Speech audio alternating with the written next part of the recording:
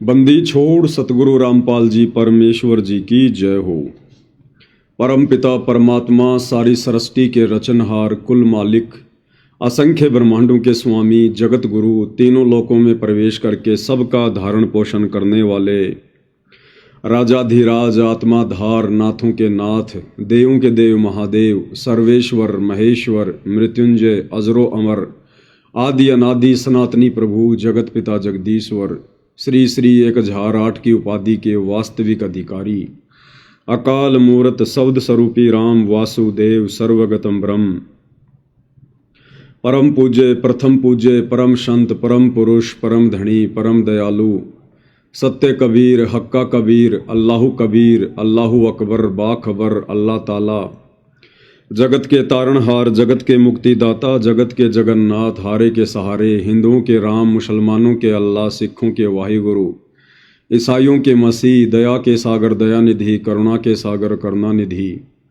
स्वयंभू परिभू संकट मोचन कष्ट हरण मंगल करण दुख भंजन अविगत कबीर निर्विकार निर्विषम परमात्मा अलय अलेख सतगुरु आदि अनादि सतगुरु असली मर्यादा पुरुषोत्तम असली राम असली कृष्ण असली घनश्याम असली मुरारी राजाओं के राजा महाराजाओं के महाराजा शहंशाहों के शहंशाह सम्राटों के सम्राट भगवानों के भगवान अल्लाहों के अल्लाह प्रभुओं के प्रभु मसीहाओं के मसीह सच्चे वाहिगुरु बाबाओं के बाबा पीरों के पीर सेठों के सेठ जगत सेठ सावड़सा सेठ सर्वगुण संपन्न अनंत कोटि कलाओं के स्वामी अनंत कोटि ब्रह्मांडों के नायक योगियों में महायोगी ध्यानियों में महाध्यानी सिद्धों में परम सिद्ध ज्ञानियों में तत्वज्ञानी ब्रह्म ज्ञानी महाज्ञानी परम ज्ञानी सर्वश्रेष्ठ ज्ञानी विज्ञानी युवा कबीर समरथ कबीर असमवात अमित ओजा सच्चे रहनुमा करीम अल्लाह सुभान अल्लाह दुनिया के अंतिम पैगंबर 8 सितंबर 1951 से गांव धनाना जिला सोनीपत हरियाणा भारतवर्ष की पावन भूमि पे प्रकट रियल कल की भगवान श्री नारायण साकार हरि श्री बाबा साहेब नूर अनंत परमात्मा सच्चे दरवेश सच्चे बाखबर संत श्रोमणी सतगुरु रामपाल जी परमेश्वर जी के चरण कमल में साध संगति से जुड़े हुए देश विदेश से आप और हम सभी सत्सेवक भाई बहनों का अनंत कोटि दंडवत प्रणाम। सत्साई भाई और बहनों, बहुत बड़ी मेहर बहुत बड़ी दया पूज्य गुरुदेव भगवान की परमेश्वर रामपाल जी की जिनके शुभ आशीर्वाद से विशेष आशीर्वाद से आप और हम सभी साध संगति से जुड़ी हुई सत्सेवक आत्माएं अपनी आत्मा के कल्याण हेतु मोक्ष प्राप्ति के लिए हर प्रकार से मर्यादाओं में रहते हुए संघर्ष करते हुए भक्ति मार्ग पर अग्रसर हैं। और ये सब कुछ भाई और बहनों पूज्य गुरुदेव भगवान की असीम वीआईपी रजा के बिना संभव वर्तमान कलयुग में हो ही नहीं सकता।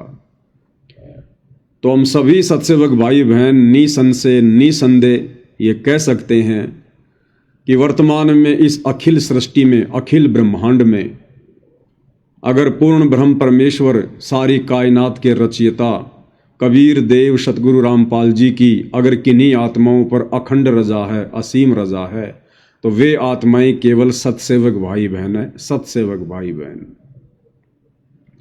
और इस रजा को आप और हमने इसी प्रकार से मर्यादित भक्ति करते हुए गुरु को परमेश्वर मानकर ज्ञान को आधार बनाकर उनकी महिमा करते हुए अंतिम श्वास तक बनाकर रखनी है। क्योंकि भाई और बहनों ये हमारा असली धन है। परमेश्वर रामपाल जी हम भाई बहनों का असली धन है असली धन। कबीरा सब जग निर्धना धनवंता ना कोई धनवंता सो ही जानिए जिसके पास राम नाम धन होय। तो नाम ही है परमात्मा और कुछ नहीं है, शब्द ही है। 5 तत्वों में नहीं है परमेश्वर, 5 तत्व तो इनके गुलाम हैं इनके खवाश हैं। ये परमेश्वर नूरी है शौद स्वरूपी है अकाल मूरत है घट घट में बसने वाला है कण कण में रमने वाला है। हम नीचों को इस काल के लोक से निकालने के लिए जब जब ये परमेश्वर कबीर देव, परमेश्वर रामपाल जी धरती पर प्रकट होते हैं तो इन्होंने एक चोला धारण करना पड़ता है।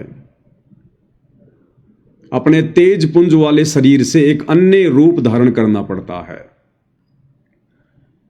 और हम दो कोडी के प्राणी, काल की जेल में बंद प्राणी, हमारी बुद्धि हर तरफ से बंद होती है, चौपट होती है, काल ने खोखला कर रखा होता है। हमें ना भगवान की परिभाषा का पता होता है, ना भक्ति की परिभाषा का पता होता है। और हम अपनी अज्ञान सोच से उस तेज पुंज वाले नूरी शरीर में प्रकट परमेश्वर को अपने जैसा एक मानुष मान लेते हैं, एक व्यक्ति मान लेते हैं। और जब तक हमारे अंतःकरण में ये बात समाई रहेगी कि मेरे गुरुदेव मेरे जैसे एक जीव हैं, जैसे मैंने जन्म लिया ऐसे ही मेरे गुरुदेव ने भी जन्म लिया है, उनके माता पिता हैं, उनका भी शरीर 5 तत्व का है, जब तक हमारी ऐसी घटिया सोच बनी रहेगी उस समय तक भाई और बहनों, सतगुरु की शरण में आने के उपरांत भी हम भाई बहन भक्ति के निकट भी नहीं होते हैं, निकट भी। इसलिए हमने ज्ञान को आधार बनाकर इन सभी पॉइंटों पर गहनता से विचार करना चाहिए। और हमने अतिशीघ्र अपने गुरुदेव को परमेश्वर के रूप में पहचान कर उनकी यथार्थ शास्त्र अनुकूल भक्ति विधि शुरू कर देनी चाहिए। और ये असीम रजा वर्तमान में सत्सेवक भाई बहनों के ऊपर बनी हुई है। तो भाई और बहनों, शॉर्ट वीडियो के ऊपर वीडियो बनाने की श्रृंखला जारी है। गुरुदेव भगवान के आशीर्वाद से, उनकी विशेष रजा से हम भाई बहन निरंतर अध्यात्म को समझते हुए भक्ति मार्ग पर आगे बढ़ रहे हैं। और सत्संग पूज्य गुरुदेव भगवान ने दिन रात एक करके, इतनी मेहनत करके, इतना संघर्ष करके सिर्फ और सिर्फ इसीलिए किए हैं कि सत्संग भक्ति की नींव है, फाउंडेशन है। अगर भगत ने सत्संग अच्छे से नहीं सुने, नहीं समझे और समझने के बाद यदि सत्संगों पर अमल नहीं किया, अपने जीवन में परमेश्वर की वाणियों को नहीं उतारा, तो भाई और बहनों, फिर हम परमेश्वर की उसी वाणी की श्रेणी में आएंगे जिस वाणी में परमेश्वर कहते हैं कि भक्ति बिना नर और खर एक है, जिन हरि पद ना जाण्या, पूर्ण ब्रह्म की परख नहीं रे, पूज मरे पाषाणा। फिर हमारे में और गधे में कोई अंतर नहीं होगा। इसलिए परमेश्वर ने हमें जो ये अनमोल मनुष्य शरीर दिया है, 84 लाख योनियों से भिन्न, उस नारायण ने अपने जैसा हमें रूप दिया, शरीर दिया, नर रूप, और हमें विशेष बुद्धि प्रदान की है, सोचने समझने की क्षमता, चिंतन मनन करने की क्षमता, तर्क वितर्क करने की क्षमता, निष्कर्ष निकालने की क्षमता। तो हम इस मनुष्य शरीर में भरपूर फायदा उठाएं। अन्यथा परमात्मा स्पष्ट कर चुके हैं, अगर तुमने भक्ति नहीं की और मर्यादाओं में रहकर नहीं की, तो अंत में तुम्हारा भी ये मनुष्य शरीर 84 लाख योनियों में जितने भी जीव जंतु प्राणी हैं उनके जैसा ही होगा, यदि तुमने इस मनुष्य शरीर को प्राप्त करके और परमेश्वर की प्राप्ति नहीं की तो। भाई और बहनों, शॉर्ट वीडियो के माध्यम से हम आगे बढ़ते हैं। क्या हुआ?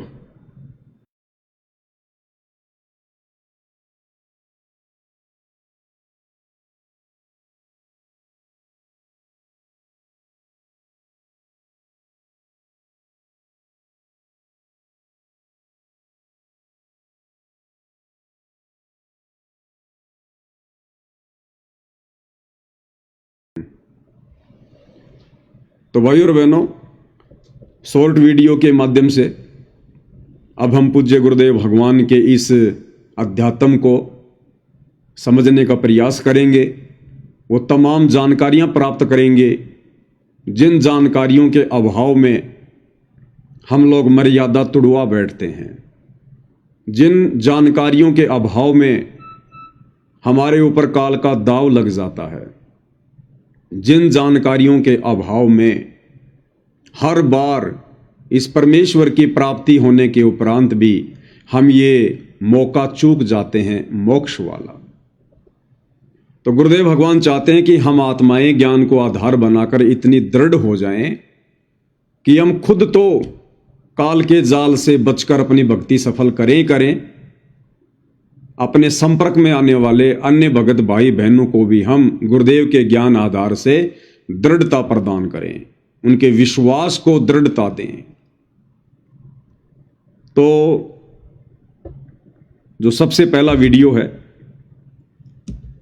इस वीडियो में पूज्य गुरुदेव भगवान अपनी तमाम संगत को, अपनी प्यारी आत्माओं को दिशा निर्देश दे रहे हैं कि सतगुरु से उपदेश प्राप्त करने के बाद एक भगत की रहनी करनी कैसी होनी चाहिए, भगत का जीवन कैसा होना चाहिए, उसका उठना बैठना बोलना चलना पहनना खाना पीना कैसा होना चाहिए। और गुरुदेव भगवान ने सत्संग में कहा है कि बच्चों,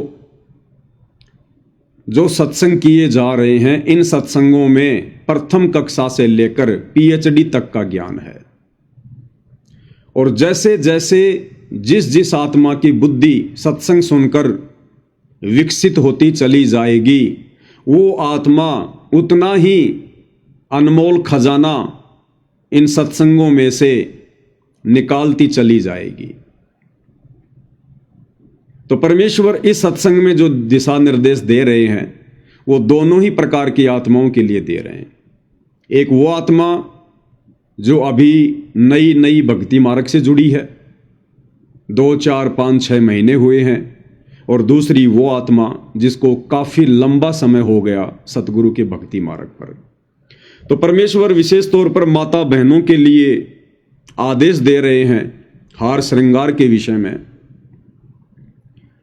और गुरुदेव भगवान कह रहे हैं कि नाम दीक्षा लेने के बाद में माथे पर टिक्की लगाना, मांग में सिंदूर भरना, परमेश्वर ने बताया अब इन आडंबरों की कोई आवश्यकता नहीं रह जाती, क्योंकि आज से पहले हमें ज्ञान नहीं था, हमें यथार्थ भक्ति प्राप्त नहीं थी, और हम सामाजिक परंपराओं में फंसे हुए थे।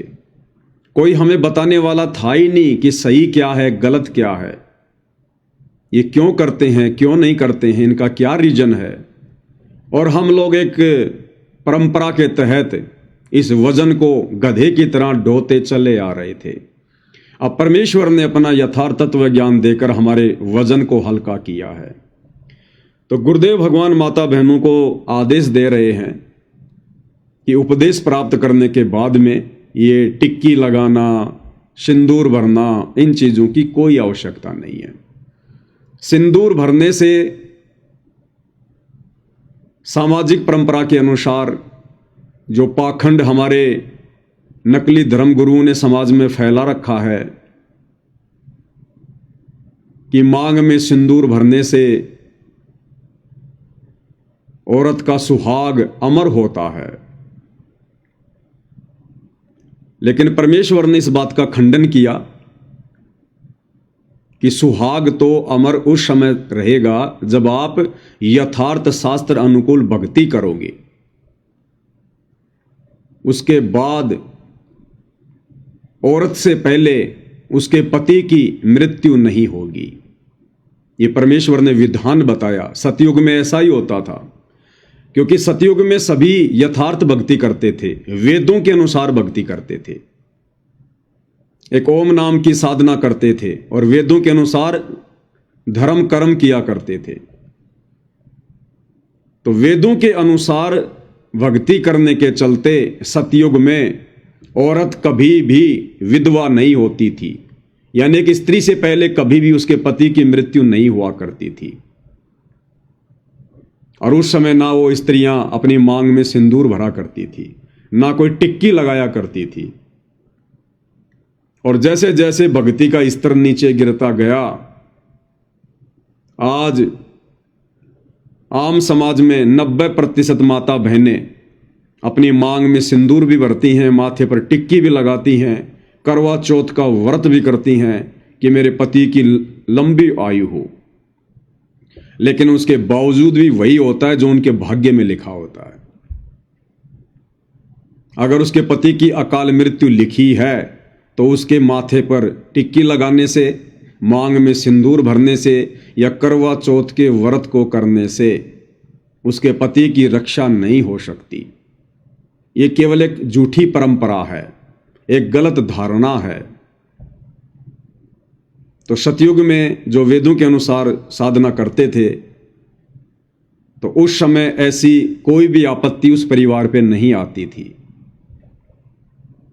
तो गुरुदेव भगवान कह रहे हैं कि आप चाहो तो टिक्की या सिंदूर में से कोई एक चीज लगा सकती हो, क्योंकि यह केवल इस बात की निशानी है कि आप शादीशुदा हो, बस। और फिर आगे चलकर गुरुदेव ने कहा इसी सत्संग में कि जब आपको ज्ञान हो जाएगा, जब आप अपने गुरुदेव के सत्संग सुनोगी और ज्ञान से परिचित होती चली जाओगी, उसके बाद में एक वस्तु की भी आवश्यकता नहीं पड़ेगी, ना माथे पर टिक्की लगाने की और ना मांग में सिंदूर भरने की, क्योंकि हमें पता चल जाएगा कि परमेश्वर की भक्ति करेंगे तो हमारे घर में, परिवार में कभी कोई आपत्ति नहीं आएगी, कोई संकट नहीं आएगा। हमारे परिवार में कभी किसी की अकाल मृत्यु नहीं होगी। तो क्या आवश्यकता फिर हमने ये आडंबर करने की, पाखंड करने की। तो भाइयों और बहनों, यदि हमने भक्ति सफल करनी है तो हमने पूज्य गुरुदेव भगवान के नक्शे कदम पर चलना पड़ेगा। उनकी प्रत्येक सत्संग रूपी आज्ञा का हमने दृढ़ता के साथ में पालन करना पड़ेगा। तो क्या कह रहे हैं पूज्य गुरुदेव भगवान, एक बार उन्हीं के मुख कमल से हम सुन लेते हैं। पतिव्रता और सुहेलड़ी सेवन अधिक अपार, पतिव्रता भाव नहीं ये चूम चटक श्रृंगारे।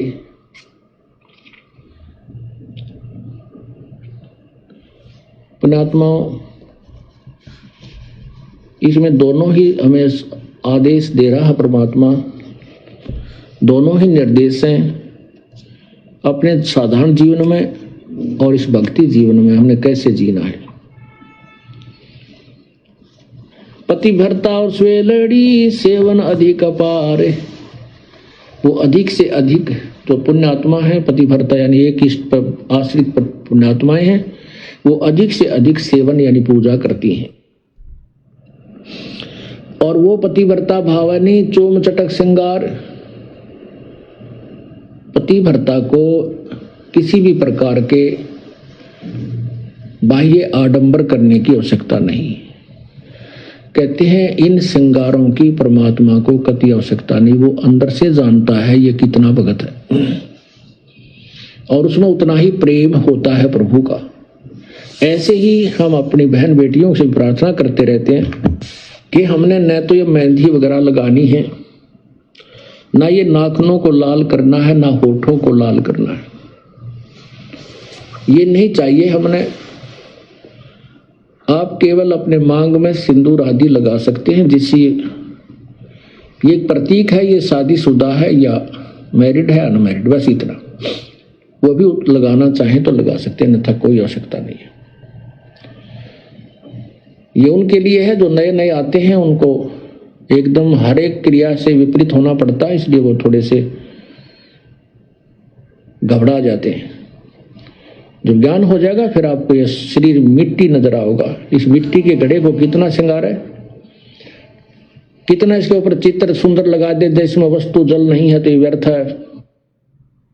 तो भाई और बहनों, पूज्य गुरुदेव भगवान ने अपने इस सत्संग में समझदार आत्माओं के लिए मोक्ष के लिए अधिकारी आत्माओं के लिए बिल्कुल स्पष्ट दिशा निर्देश दे दिया है। यदि हमने भक्ति सफल करनी है तो चाहे भाई हो, चाहे बहन हो, स्त्री हो या पुरुष हो, हमने कोई भी बाह्य आडंबर नहीं करना है, ना तो भक्ति मार्ग में और ना अपने सामाजिक जीवन में। हमने किसी भी प्रकार का कोई गहना, कोई सोना, कोई चांदी, कोई आर्टिफिशियल गहना, अंगूठी वगैरह, चैन वगैरह, पाजेब वगैरह, नाक में, कान में कुछ नहीं पहनना, कुछ भी। यदि हमने गुरुदेव भगवान को प्रसन्न करना है तो। और ना किसी भगत भाई ने कोई सोने की चैन, ना कोई ब्रासलेट, ना कोई अंगूठी, कुछ नहीं पहननी हमने। क्योंकि गुरुदेव भगवान कह रहे हैं कि परमात्मा अंदर से जानता है कि तुम कितने भगत हो, बाहर से दिखावा करने की जरूरत नहीं है। तो हमने तो अपने गुरुदेव को प्रसन्न करना है। दुनिया को हमने अनंत जन्मों तक प्रसन्न किया, लेकिन दुनिया ने हमें कुछ नहीं दिया। अंत में 84 लाख योनियों में जाना पड़ा। इसलिए भाई और बहनों, हमने अब अपने गुरुदेव को प्रसन्न करना है और हमने उन तमाम मर्यादाओं का अनुसरण करना है जो मर्यादाएं गुरुदेव ने अपने सत्संगों में कह रखी हैं। नाम उपदेश के समय गुरुदेव हमें जो नियम बताते हैं, जो मर्यादा देते हैं, वो तो केवल भक्ति पर लगाने के लिए शुरुआती नियम है। अन्यथा इस भक्ति मार्ग पर भाई और बहनों कदम कदम पर नियम है, कदम कदम पर। काल कसाई तक तक मारे, पग पग पे यो बाणा। तो हमने इतना सावधान होकर इस भक्ति मार्ग पर फूक फूक के कदम रखने हैं, तब भाई और बहनों हम सफलता की ओर आगे बढ़ेंगे। हमने अब काल को कोई मौका देना नहीं है किसी प्रकार का। हम बहुत ठगे जा चुके हैं, युगों युगों से काल के द्वारा ठगे जा रहे हैं। अब परमेश्वर ने आकर हमें संभाला है, हमें अपनी शरण दी है, ये अनमोल तत्व ज्ञान दिया है जो ब्रह्मा विष्णु महेश के पास भी नहीं है। इस ज्ञान की खोज में 88,000 ऋषि, 9 नाथ 84 सिद्ध भी भटक रहे हैं। गोरखनाथ जैसे तपस्वियों को भी यह ज्ञान प्राप्त नहीं था। उस अनमोल ज्ञान की रजा आज गुरुदेव ने आप और हमारे ऊपर बख्शी है। तो ये हमारा अनमोल भक्ति धन है, इससे बड़ा कोई धन नहीं है। और कोई मूर्ख व्यक्ति होगा जो ऐसे अनमोल धन को ठोकर मारेगा या हल्के में लेगा। तो अब हमने किसी भी प्रकार का मौका ना ही तो काल को देना है और ना ही हमने गुरुदेव भगवान को नाराज करने का देना है। तो माता बहनों ने विशेषकर परमेश्वर की प्रत्येक मर्यादाओं को फॉलो करते हुए भक्ति मार्ग पर आगे बढ़ना है। इसके बाद भाई और बहनों, अगला जो सत्संग है इसमें पूज्य गुरुदेव भगवान कुछ यथार्थता बता रहे हैं, सच्चाई बता रहे हैं भक्ति मार्ग की। जिस सच्चाई से अपरिचित होने के कारण ज्यादातर संगत वर्तमान में इस भक्ति मार्ग को हल्के में ले रही है, मर्यादाओं को हल्के में ले रही है, अपने पूज्य परमेश्वर को हल्के में ले रही है।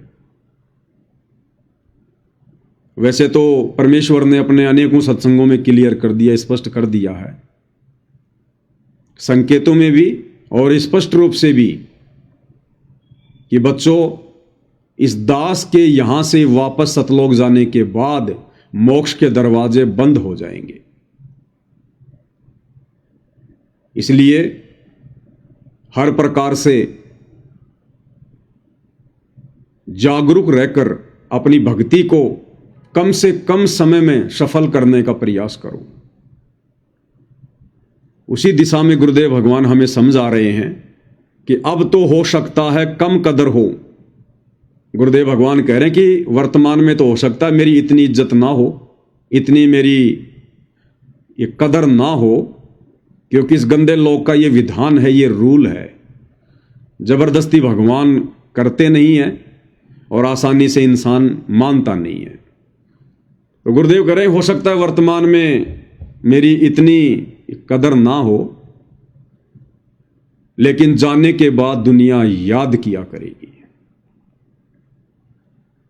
अब जाने के बाद याद करो या ना करो भाई और बहनों, अगर मोक्ष ही नहीं हुआ तो क्या फायदा फिर। तो ये तो गुरुदेव उन लोगों के लिए कह रहे हैं जो लोग इस अनमोल मौके को गुरुदेव भगवान के रहते सहते चूक जाएंगे। बाद में इन्हीं सत्संगों को सुन सुन के वो रोया करेंगे, पछताया करेंगे कि ये बातें हम लोगों को उस समय समझ में क्यों नहीं आई। और वर्तमान में जिन जिन आत्माओं को गुरुदेव ने अपनी शरण दे दी है, उन आत्माओं को गुरुदेव समय रहते संकेत कर रहे हैं कि नादानो, ये ना सोचना कि अगर बार बार मैं सत्संगों में कह रहा हूं कि ये मार्ग हजारों साल चलेगा, हजारों साल चलेगा, तो तुम भी कहीं हल्के में ले लो कि हजारों साल में तो सैकड़ों मनुष्य जन्म हो जाएंगे, इस जन्म में नहीं तो अगले जन्म में पार हो जाएंगे, उसमें नहीं तो अगले जन्म में पार हो जाएंगे, हजारों साल मार्ग चलेगा। तो गुरुदेव इस सत्संग के माध्यम से स्पष्ट कर रहे हैं कि इस बहम में मत रहना। और गुरुदेव करेंगे जाने के बाद दुनिया याद किया करेगी, केवल यादें रह जाएंगी, केवल यादें, जैसे किसी के मरने के बाद केवल उसकी यादें शेष रह जाती हैं। तो आप और हम भगत भाई बहनों ने समय रहते संभलने की जरूरत है, समझने की जरूरत है। तो क्या कह रहे हैं गुरुदेव भगवान, उन्हीं के मुख कमल से सुनते हैं। हो सकता है कम कदर करेंगे, लेकिन जब हम यहां से चले जाओगे, जब यह दुनिया याद करा करेगी, ताकि हमारे तो उजड़े घर बस के और आने वाली पीढ़ी भी याद करा करेंगी कि ये व्यवस्था हमारे घर में होए होए होए।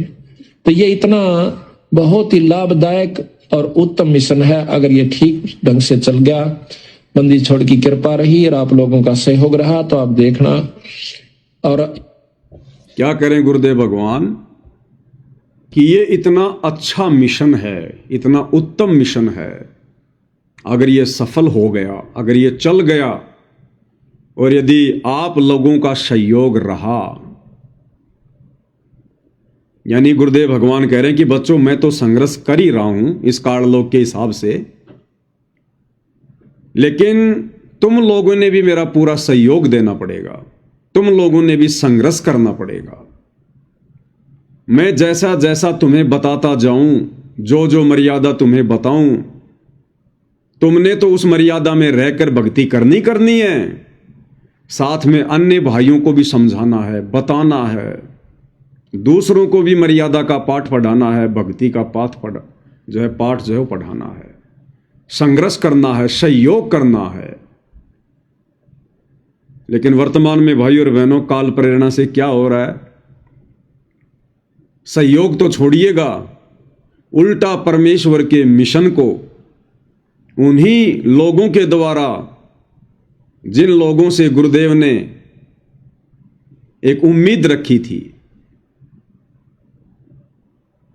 जो शुरुआती समय में भक्ति पारक पर जुड़े थे, गुरुदेव के आसपास रहा करते थे, आज जिन्हें हम बड़े बड़े भगत कहते हैं, गुरुदेव के बेटा बेटी भाई बंधु रिश्तेदारों के नाम से जानते हैं, कोऑर्डिनेटरों के नाम से जानते हैं, उन लोगों से गुरुदेव ने एक उम्मीद बांधी थी कि ये मेरे बच्चे यदि इस मिशन को अच्छे से समझ गए, इस मार्ग को समझ गए, तो ये मेरा सहयोग देंगे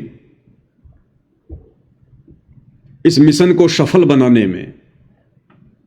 लेकिन आज हम क्या देख रहे हैं भाई और बहनों, काल प्रेरणा से सबसे ज्यादा रोड़ा परमेश्वर के मिशन में, उनके मार्ग में आज वही भगत भाई बहन उत्पन्न कर रहे हैं जिनसे गुरुदेव ने कभी एक उम्मीद बांधी थी। गुरुदेव के बेटा बेटी भाई बंधु रिश्तेदार, ये कोऑर्डिनेटर, पुराने भगत,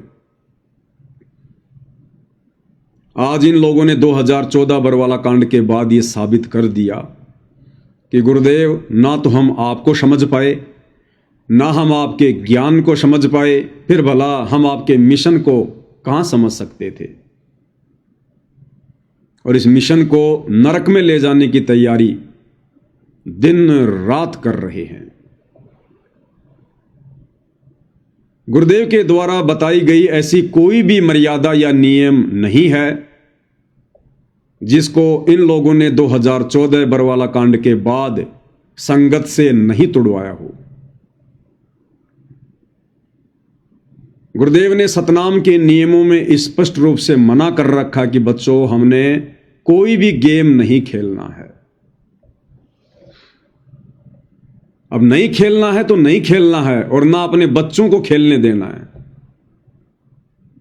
स्कूल में, कॉलेज में बच्चों को खेल कूद प्रतियोगिता में हिस्सा नहीं दिलवाना है। क्यों मना करते हैं गुरुदेव? क्योंकि इससे हमारी श्वासें अधिक से अधिक बर्बाद होती हैं। कोई भी गेम है, स्पोर्ट्स है, उसमें मेहनत करनी पड़ती है। या तो दौड़ करनी पड़ेगी, या बहुत ज्यादा उठना बैठना दौड़ना पड़ेगा। जैसे वॉलीबॉल है, फुटबॉल है, रनिंग करना है, क्रिकेट खेलना है, कोई भी गेम है वो बिना शारीरिक मेहनत के नहीं होता। और ये जो मनुष्य शरीर है, गुरुदेव ने बताया कि बच्चों, ये श्वासों से चलता है। श्वास हमारी बैटरी है, और बैटरी की एक लिमिट होती है, एक क्षमता होती है।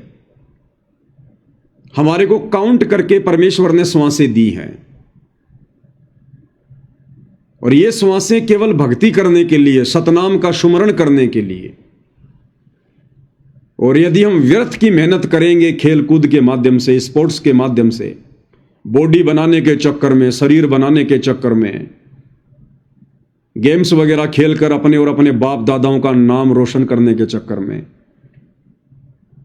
या चंद पैसों के लालच में कि मैं जीत जाऊंगा राज्य स्तर पर, नेशनल स्तर पर, तो मेरे को ढेर सारा इनाम मिलेगा, पैसा मिलेगा, इज्जत मिलेगी, तो इस चक्कर में ना जाने हम अपनी कितनी श्वासें व्यर्थ में गवा देंगे। और फिर गुरुदेव भगवान इससे नाराज होते हैं कि नादान, जब तुझे इन श्वासों की कीमत का पता है, फिर तूने ये अनमोल धन, अनमोल रतन तूने क्यों व्यर्थ में बर्बाद किया? चंद सांसारिक झूठी संपत्ति के लिए? अगर तू राज्य स्तर पर जीत गया, नेशनल स्तर पर जीत गया, चलो तू ओलंपिक में मेडल ले आया सोने का, तुझे क्या मिलेगा? ज्यादा से ज्यादा 10 दिन देश में तेरी वाहवाही होगी, ज्यादा से ज्यादा 10 दिन।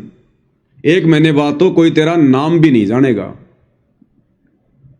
सरकार तुझे 10-20 लाख रुपए दे देगी, 1 करोड़ रुपए दे देगी, 1-2 तुझे गाड़ियां दे देगी, 1 तुझे कोई मकान दे देगी। इससे ज्यादा तो कुछ नहीं मिलना। और नादान, तूने अपना धन कितना बर्बाद कर दिया? इस झूठे सांसारिक धन के चक्कर में तूने अपना ओरिजिनल धन कितना बर्बाद कर दिया? श्वासें। एक एक श्वास की गुरुदेव कीमत समझाते हैं कि कहता हूं कहीं जात हूं, कहूं बजाकर डोल, और श्वास जो खाली जात है, ये 3 लोक का मोल।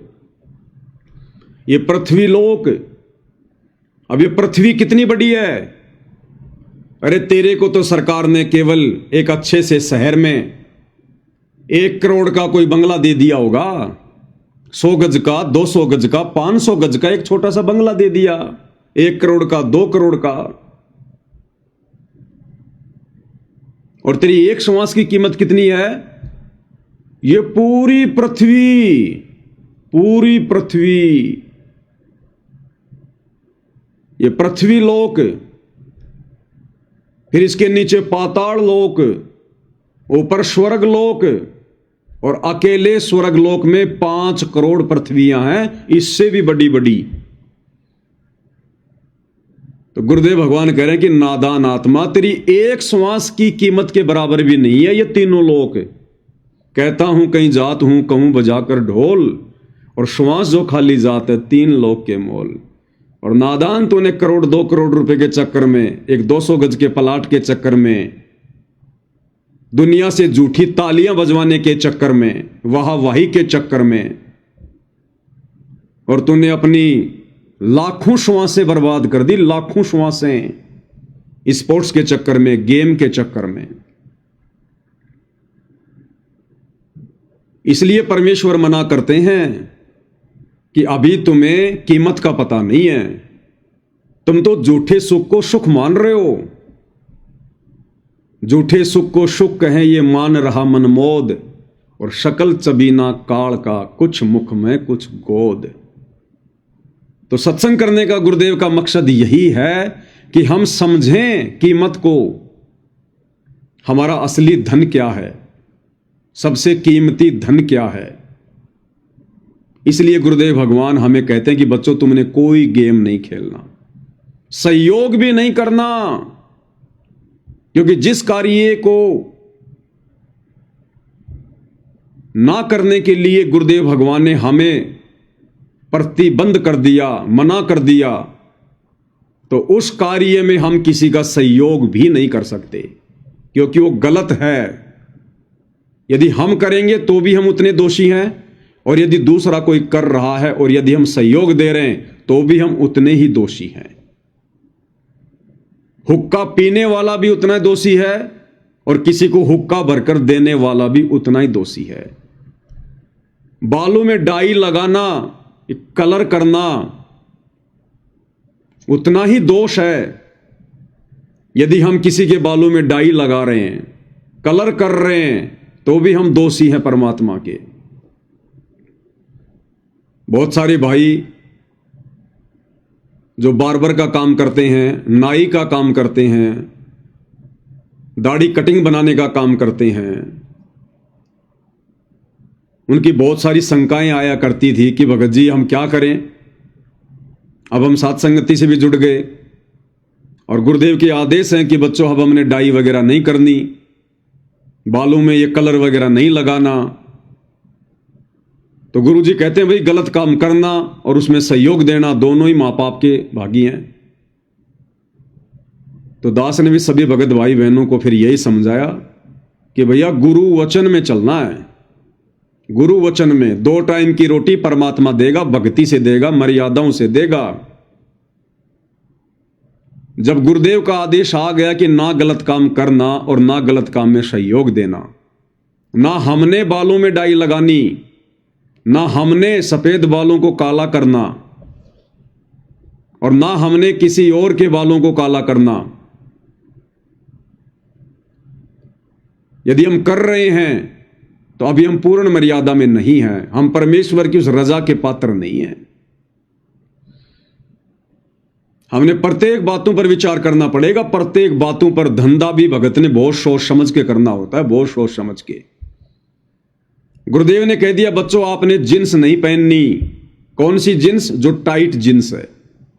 अगर ढीला ढाला जींस है उसको गुरुदेव ने मना नहीं किया। जो टाइट जींस होती है गुरुदेव ने बताया कि ये भक्तों ने, ना बहन ने, ना भाई ने नहीं पहननी। एक तो देखने में वो बेकार लगे, उनके अंग वगैरह बिल्कुल चिपके चिपके लगे। दूसरा उनको बैठने में दिक्कत होती है, 5 मिनट में उनकी नसें जाम हो जाती हैं। सत्संग क्या खाक सुनेंगे वो, सेवा क्या खाक करेंगे वो। इसलिए गुरुदेव ने बताया कि भक्तों ने ढीले ढाले कपड़े पहनने चाहिए, जींस नहीं पहननी चाहिए। तो भक्तों ने जींस का व्यापार भी नहीं करना चाहिए, जींस का धंधा भी नहीं करना चाहिए। भक्तों ने जिस कार्य के लिए गुरुदेव ने हमें मना कर दिया कि आपने ये नहीं करना, तो हमने उस कार्य को फिर बढ़ावा भी नहीं देना। गुरुदेव ने मना कर दिया कि हमने नशा नहीं करना, बीड़ी नहीं पीनी, तो हमने अपनी दुकान पर बीड़ी नहीं रखनी, सिगरेट नहीं रखनी, जर्दा तमाकू की पुड़िया नहीं रखनी। हमने सहयोग भी नहीं देना उस नियम में। तो जितने भी सत्सेवक भाई बहन हैं जो दृढ़ हैं, कुछ तो दास की नजरों में हैं, तो वो आत्माएं भाई और बहनों काफी लंबे समय से अपनी दुकान पर किसी के बालों में डाई नहीं करती हैं। स्पष्ट मना कर दिया उन्होंने कि हम केवल सिंपल दाढ़ी और ये कटिंग करेंगे, सिर्फ दाढ़ी कटिंग। इसके अलावा हम कुछ नहीं करेंगे। ना कोई कलर लगाएंगे, ना कोई डाई लगाएंगे, ना किसी दूल्हे का कोई मेकअप करेंगे। हम सिर्फ सिंपल दाढ़ी और कटिंग करेंगे।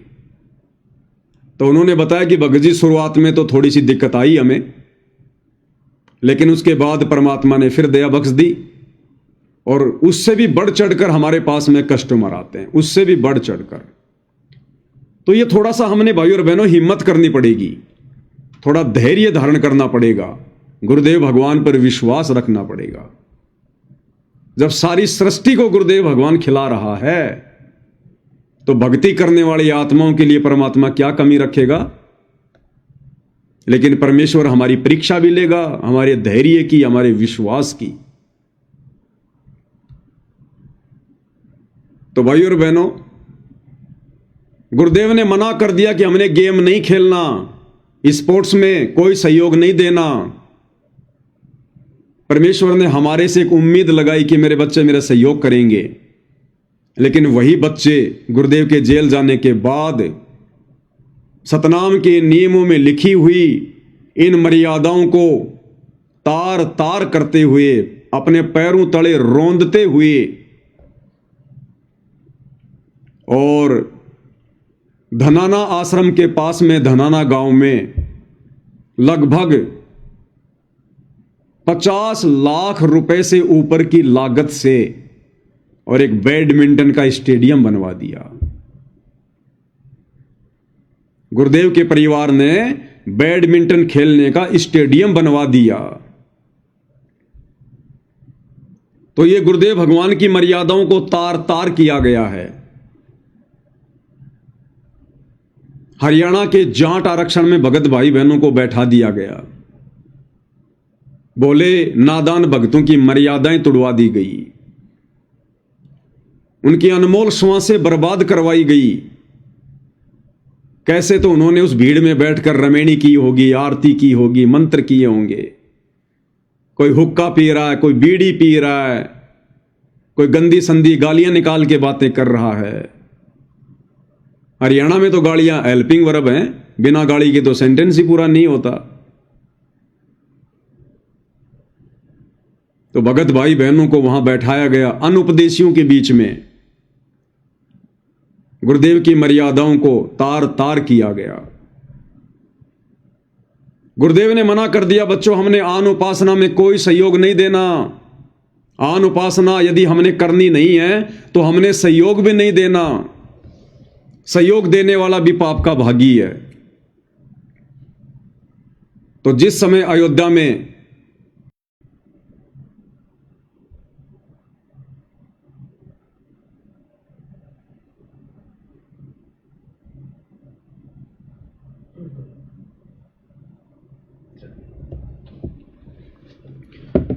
बीच बीच में थोड़ा नेट वगैरह की दिक्कत आ जाती है भाई और बहनों। तो जिस समय अयोध्या में राम मंदिर का कार्य पूरा हो चुका था, उसका उद्घाटन भी हो चुका था और देश भर से लोग राम मंदिर को देखने के लिए आ रहे थे, शास्त्र विरुद्ध साधना करने के लिए आ रहे थे। आप और हमें गुरुदेव भगवान के सत्संगों से भली बातें समझ में आ रहा है कि मंदिर, मस्जिद, चर्च और गुरुद्वारों में जाकर शास्त्र विरुद्ध साधना करना परमेश्वर के ज्ञान और विधान के विपरीत है, खिलाफ है। और गुरुदेव ने अपने सत्संग में यहां तक बताया कि बच्चों, यदि इस पृथ्वी पर कबीर परमात्मा का सबसे बड़ा कोई अपराधी है तो वो व्यक्ति है जो शास्त्र विरुद्ध साधना करता है, आन उपासना करता है। वो सबसे बड़ा अपराधी है परमात्मा का, जो करता या करवाता है। तो राम मंदिर में जाना, रामलला के दर्शन करना, वहां पर दान धर्म करना, मन्नतें मांगना, यह शास्त्र विरुद्ध साधना है, आन उपासना है। और वहां आने वाले आन उपासकों के लिए सतलोक आश्रम मैनेजमेंट हरियाणा ने, गुरुदेव के दोनों लड़कों ने अयोध्या में जाकर भंडारा लगा दिया। 1 महीने का अखंड भंडारा लगा दिया अयोध्या में। किस लिए? कि शास्त्र विरुद्ध आन उपासना करने के लिए देश विदेश से लोग आ रहे हैं, पाखंड पूजा को बढ़ावा देने के लिए आ रहे हैं, काल के जाल में फंसने के लिए आ रहे हैं। और उस शास्त्र विरुद्ध साधना को और अधिक बढ़ावा देने के लिए, उस पाखंड पूजा को और अधिक बढ़ावा देने के लिए सतलोक आश्रम वालों ने अयोध्या में 1 महीने का भंडारा लगा दिया कि भाई हम तुम्हारे लिए तैयार खड़े हैं, तुम ये शास्त्र विरुद्ध साधना मत छोड़ना। अयोध्या में आकर रामचंद्र जी के दर्शन करना बड़े ही पुण्य का कार्य है, इससे भगवान प्रसन्न होता है। और देखो हम तुम्हारी सेवा में हाजिर हो गए। इस पाखंड पूजा को करने में, आन उपासना को करने में हम सतलोक आश्रम वाले तुम्हारा भरपूर सहयोग करेंगे। तुम्हें खाने पीने की कोई दिक्कत नहीं आने देंगे। तुम इसी प्रकार से आन उपासना करते रहो और हम तुम्हारा इस आन उपासना में सहयोग करते रहेंगे। अन्यथा वहां जाकर भंडारा क्यों लगाया भाई? किस लिए भंडारा लगाया? वहां पर क्या जरूरत थी उस भंडारे की? सीधा सीधा सतलोक आश्रम मैनेजमेंट हरियाणा वालों ने परमेश्वर के भक्ति विधान को रोंदते हुए और परमेश्वर के सीने पर कुठाराघात किया है। जिस आन उपासना को, शास्त्र विरुद्ध साधना को गुरुदेव जड़ से समाप्त करने का बीड़ा उठा चुके हैं, सतलोक आश्रम मैनेजमेंट हरियाणा उसके विरुद्ध होकर, परमेश्वर के मिशन के विरुद्ध होकर और काल का सहयोग कर रहे हैं, आन उपासना में सहयोग कर रहे हैं। अन्यथा कोई भी बुद्धिमान भगत ये विचार कर सकता है कि अयोध्या में जाकर आन उपासकों के लिए भंडारा लगाने का क्या औचित्य था, क्या मतलब था। पागल से पागल भगत भी ऐसा कुकृत्य नहीं करेगा जिससे आन उपासना को बढ़ावा मिले, पाखंड पूजा को बढ़ावा मिले। तो गुरुदेव भगवान ने इन लोगों से एक उम्मीद बांधी थी कि ये मेरे मिशन में मेरा सहयोग करेंगे, और इन लोगों ने परमेश्वर के मिशन की धज्जियां उड़ा रखी हैं, धज्जियां। क्योंकि संगत में काल एक्टिव है, ये कलयुग की पिछली पीढ़ी है। उसी ने कहा था कि आप कलयुग में जितने मर्जी जीव ले जाना, तो आसानी से लेकर जाने देगा क्या? थोड़ी बहुत आत्माएं परमेश्वर की शरण में आई थी, और 2014 के बाद उन आत्माओं को भक्ति से खाली करवाया जा रहा है, उनकी मर्यादाएं तुड़वाई जा रही है।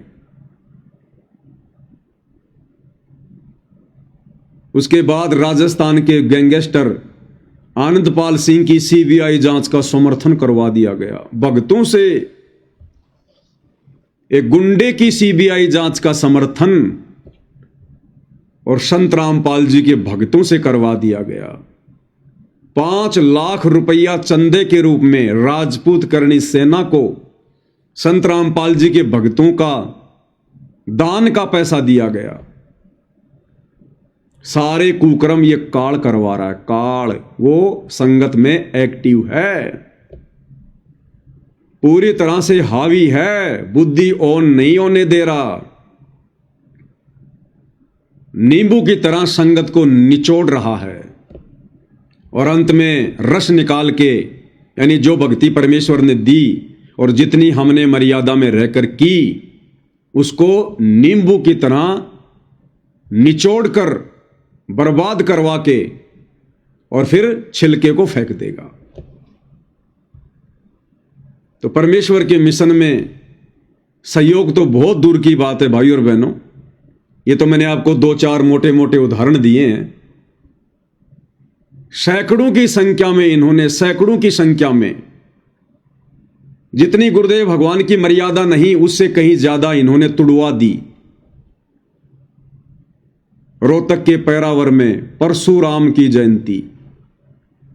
अब परशुराम जी कौन थे? विष्णु के अवतार थे। ब्राह्मण समाज के लोग परशुराम जी को भगवान मानकर और 29 मई 2025 को रोहतक के पैरावर में उनकी जयंती मनाने के लिए इकट्ठे हुए थे।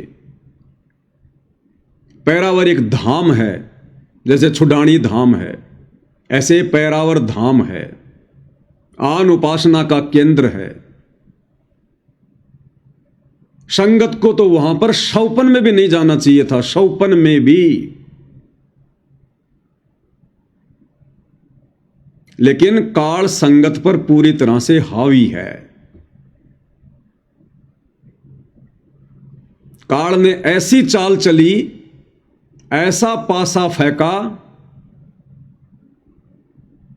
उसमें कई हजारों की संख्या में संगत बुरी तरह से फंस गई।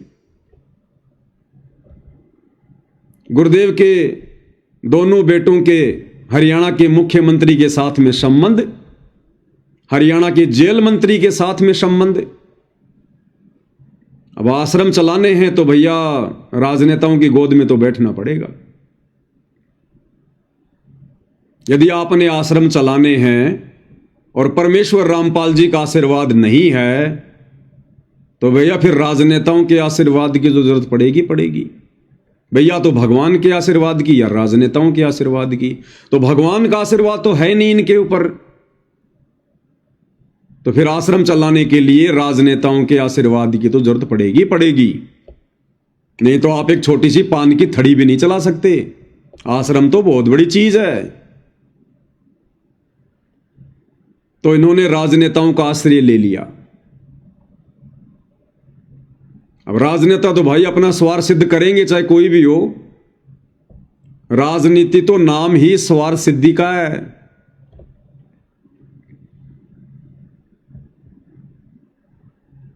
तो राजनेताओं ने कहा कि भैया भीड़ इकट्ठा करो, बाबा के भक्तों, और तो तुम हमें क्या दे सकते हो? तुम्हारे पास में क्या है? भाई राजनेताओं के पास और तो सब कुछ है, गाड़ी घोड़ा धन दौलत सब कुछ है, लेकिन राजनेताओं के पास में भीड़ नहीं होती। और भीड़ के बिना राजनेताओं को भाषण देने में आनंद नहीं आता। तो राजनेताओं ने कहा कि बाबा के लड़कों, बाबा के बच्चों, भीड़ इकट्ठा करो, भीड़। रोहतक के पैरावर में हमारी रैली है, हरियाणा के मुख्यमंत्री जी आ रहे हैं, जबरदस्त भीड़ होनी चाहिए। अब राजनेताओं का हुक्म शतलोक आश्रम वालों के लिए सराखों पर। अगर धार्मिक धंधा करना है तो, आश्रम चलाने हैं तो बेचारी भोली भाली नादान संगत को एक दिन पहले ही आश्रम में, धनाना आश्रम में यह कहकर इकट्ठा कर लिया गया कि शाम को 5 बजे से 7 बजे तक गुरुजी दर्शन देंगे और उसके बाद फिर सत्संग होगा और फिर संगत को वहीं रोक लिया गया आश्रम में। और उधर से हरियाणा सरकार ने 700 बसें रात्रि में शतलोक आश्रम धनाना में भेज दी। बेचारी नादान संगत को गुरुजी का आदेश बताकर, जिस गंदी राजनीति के हमारे गुरुदेव भगवान आसपास भी नहीं रहते, आसपास भी, और गुरुदेव का आदेश बताकर बेचारे नादान भक्तों को परशुराम की जयंती पर ले जाकर छोड़ दिया गया, उस समाधि पर ले जाकर छोड़ दिया, आन उपासना के केंद्र पर ले जाकर छोड़ दिया। काल ऐसे ही मर्यादा तुड़वाता है। काल ऐसे ही सूक्ष्म चाल चलता है। और गुरुदेव ने इनसे उम्मीद बांधी थी कि ये बच्चे आगे चलकर मेरा सहयोग करेंगे, मेरे मिशन को आगे बढ़ाएंगे। और आज इन्होंने मिशन की ऐसी की तैसी करके रख दी, ऐसी की तैसी। बाकी इनके कुकृत्य भाई और बहनों आपको भली भांति पता है, दास बार बार रिपीट करने की आवश्यकता नहीं समझता है। अब बहुत सारे भाई बहन कमेंट्स करते हैं नादानी में, अज्ञानता में, कि इस पवन दास के पास तो निंदा चुगली के अलावा दूसरी कोई बात नहीं है। जब देखो तब निंदा, आश्रम वालों ने ये कर दिया, आश्रम वालों ने वो कर दिया। परमात्मा कहते हैं साचा शब्द कबीर का और प्रकट किया जग माही, और जैसे को तोसा कहे सो तो निंदा नाही। ऐसे कमेंट्स करने वाले, ऐसी बातें मुझ पवन दास को बोलने वाले अभी अध्यात्म से कोसों दूर हैं। उन्हें भक्ति और भगवान की ABCD का भी पता नहीं है। अरे तुम इन राजनेताओं को क्यों नहीं कहते ये बात कि भाई राजनेताओं, तुम्हारे पास में दिन रात राजनीति की चर्चा करने के अलावा कुछ हो रहा है क्या? तुम लोग अपनी पार्टी के अलावा दूसरी पार्टी की निंदा चुगली, उसने ये कर दिया, उसने वो कर दिया। बीजेपी वालों को जब देखो कांग्रेस वालों ने ये कर दिया, वो कर दिया, और कांग्रेस वालों को देखो बीजेपी वालों ने ये कर दिया, वो कर दिया। टीवी चैनलों पर रोजाना मुर्गे की तरह लड़ते रहते हैं। क्या आप लोगों ने कभी उन टीवी चैनल वालों को कहा या कभी उन राजनेताओं को कहा कि तुम्हारे पास में 24 घंटे राजनीति के अलावा, एक दूसरे की निंदा चुगली के अलावा कुछ और भी है क्या? लेकिन तुम नहीं कहोगे क्योंकि तुम्हें आनंद आता है। वर्तमान परिस्थितियां ऐसी ही हैं। ये युग परिवर्तन का दौर है, और इस युग परिवर्तन के समय में जो व्यक्ति पूर्ण ब्रह्म परमेश्वर कल्कि भगवान के विधान के विरुद्ध काल की गोद में बैठकर यदि उसके कार्य को सिद्ध करेगा तो भाई उसी के विषय में बोला जाएगा, उसी के बारे में चर्चा होगी। ये युग परिवर्तन का समय है। हम त्रेता युग से जब द्वापर युग में आ रहे थे तो वो युग परिवर्तन था, और उस समय राम रावण युद्ध हुआ, क्योंकि हम द्वापर में आ रहे थे, युग परिवर्तन था। और उस समय पूरी पृथ्वी पर केवल एक ही चर्चा थी, राम रावण युद्ध की। जिसके मुख से सुनो राम रावण युद्ध की चर्चा, दूसरी कोई चर्चा नहीं, क्योंकि वो युग परिवर्तन था। धर्म और अधर्म की ही चर्चा थी। और जब हम द्वापर से कलयुग में प्रवेश करने के लिए चले तो भाई महाभारत का युद्ध हुआ, क्योंकि युग परिवर्तन का समय था। हम द्वापर से कलयुग में आ रहे थे, युग परिवर्तन होना था, तो महाभारत हुआ। और जिस समय महाभारत होने की तैयारी में था उस समय पूरी पृथ्वी पर केवल एक ही चर्चा थी, कौरवों की और पांडवों की। कौन धर्म के पक्ष में है, कौन अधर्म के पक्ष में है, दूसरी कोई बात नहीं। सब अपनी आपसी लड़ाई झगड़े भूल गए। पूरा विश्व दो खेमों में बट गया, एक खेमा कौरवों के पक्ष में, एक खेमा पांडवों के पक्ष में। और वर्तमान ये जो समय चल रहा है, कलयुग की बिचली पीढ़ी, 2028 युग परिवर्तन का समय है। हम 1000 साल के लिए कलयुग से मिनी सतयुग में जा रहे हैं, और ज्यादा से ज्यादा हमारे पास में 3 वर्ष बचे हैं। 3 वर्ष उस राम रावण युद्ध से और महाभारत वाले युद्ध से भी ज्यादा विनाश होना है। ज्यादा विनाश, उससे भी कहीं ज्यादा तांडव मचने वाला है। तो भैया फिर चर्चा क्या होगी? इस युग परिवर्तन में जो 2 मुख्य संस्थाएं भूमिका में हैं वो हैं सतलोक आश्रम मैनेजमेंट हरियाणा और साध संगति से जुड़े हुए सत्सेवक भाई बहन, जिससे दुनिया अभी बेखबर है। इन राजनेताओं की कोई भूमिका नहीं है युग परिवर्तन में।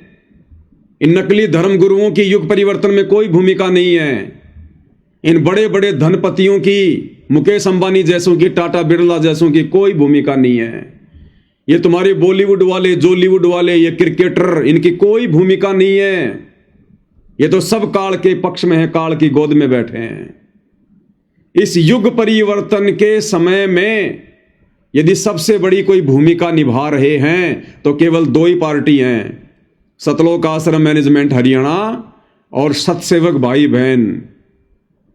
सतलोक आश्रम मैनेजमेंट हरियाणा काल की तरफ से अपनी भूमिका अदा कर रहा है और सतसेवक भाई बहन सतगुरु की तरफ से भूमिका अदा कर रहे हैं। 2028 के बाद दुनिया जानेगी, पहचानेगी।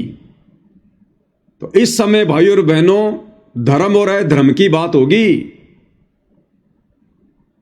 इस समय हम केवल उसी मुद्दे पर चर्चा करेंगे जिस मुद्दे को यदि हमने समझ लिया, सावधानी बरत ली, समय रहते सतगुरु की शरण ग्रहण कर ली, तो इस आगामी युग परिवर्तन में हम बचेंगे, हमारा परिवार बचेगा, हमारी संपत्ति बचेगी।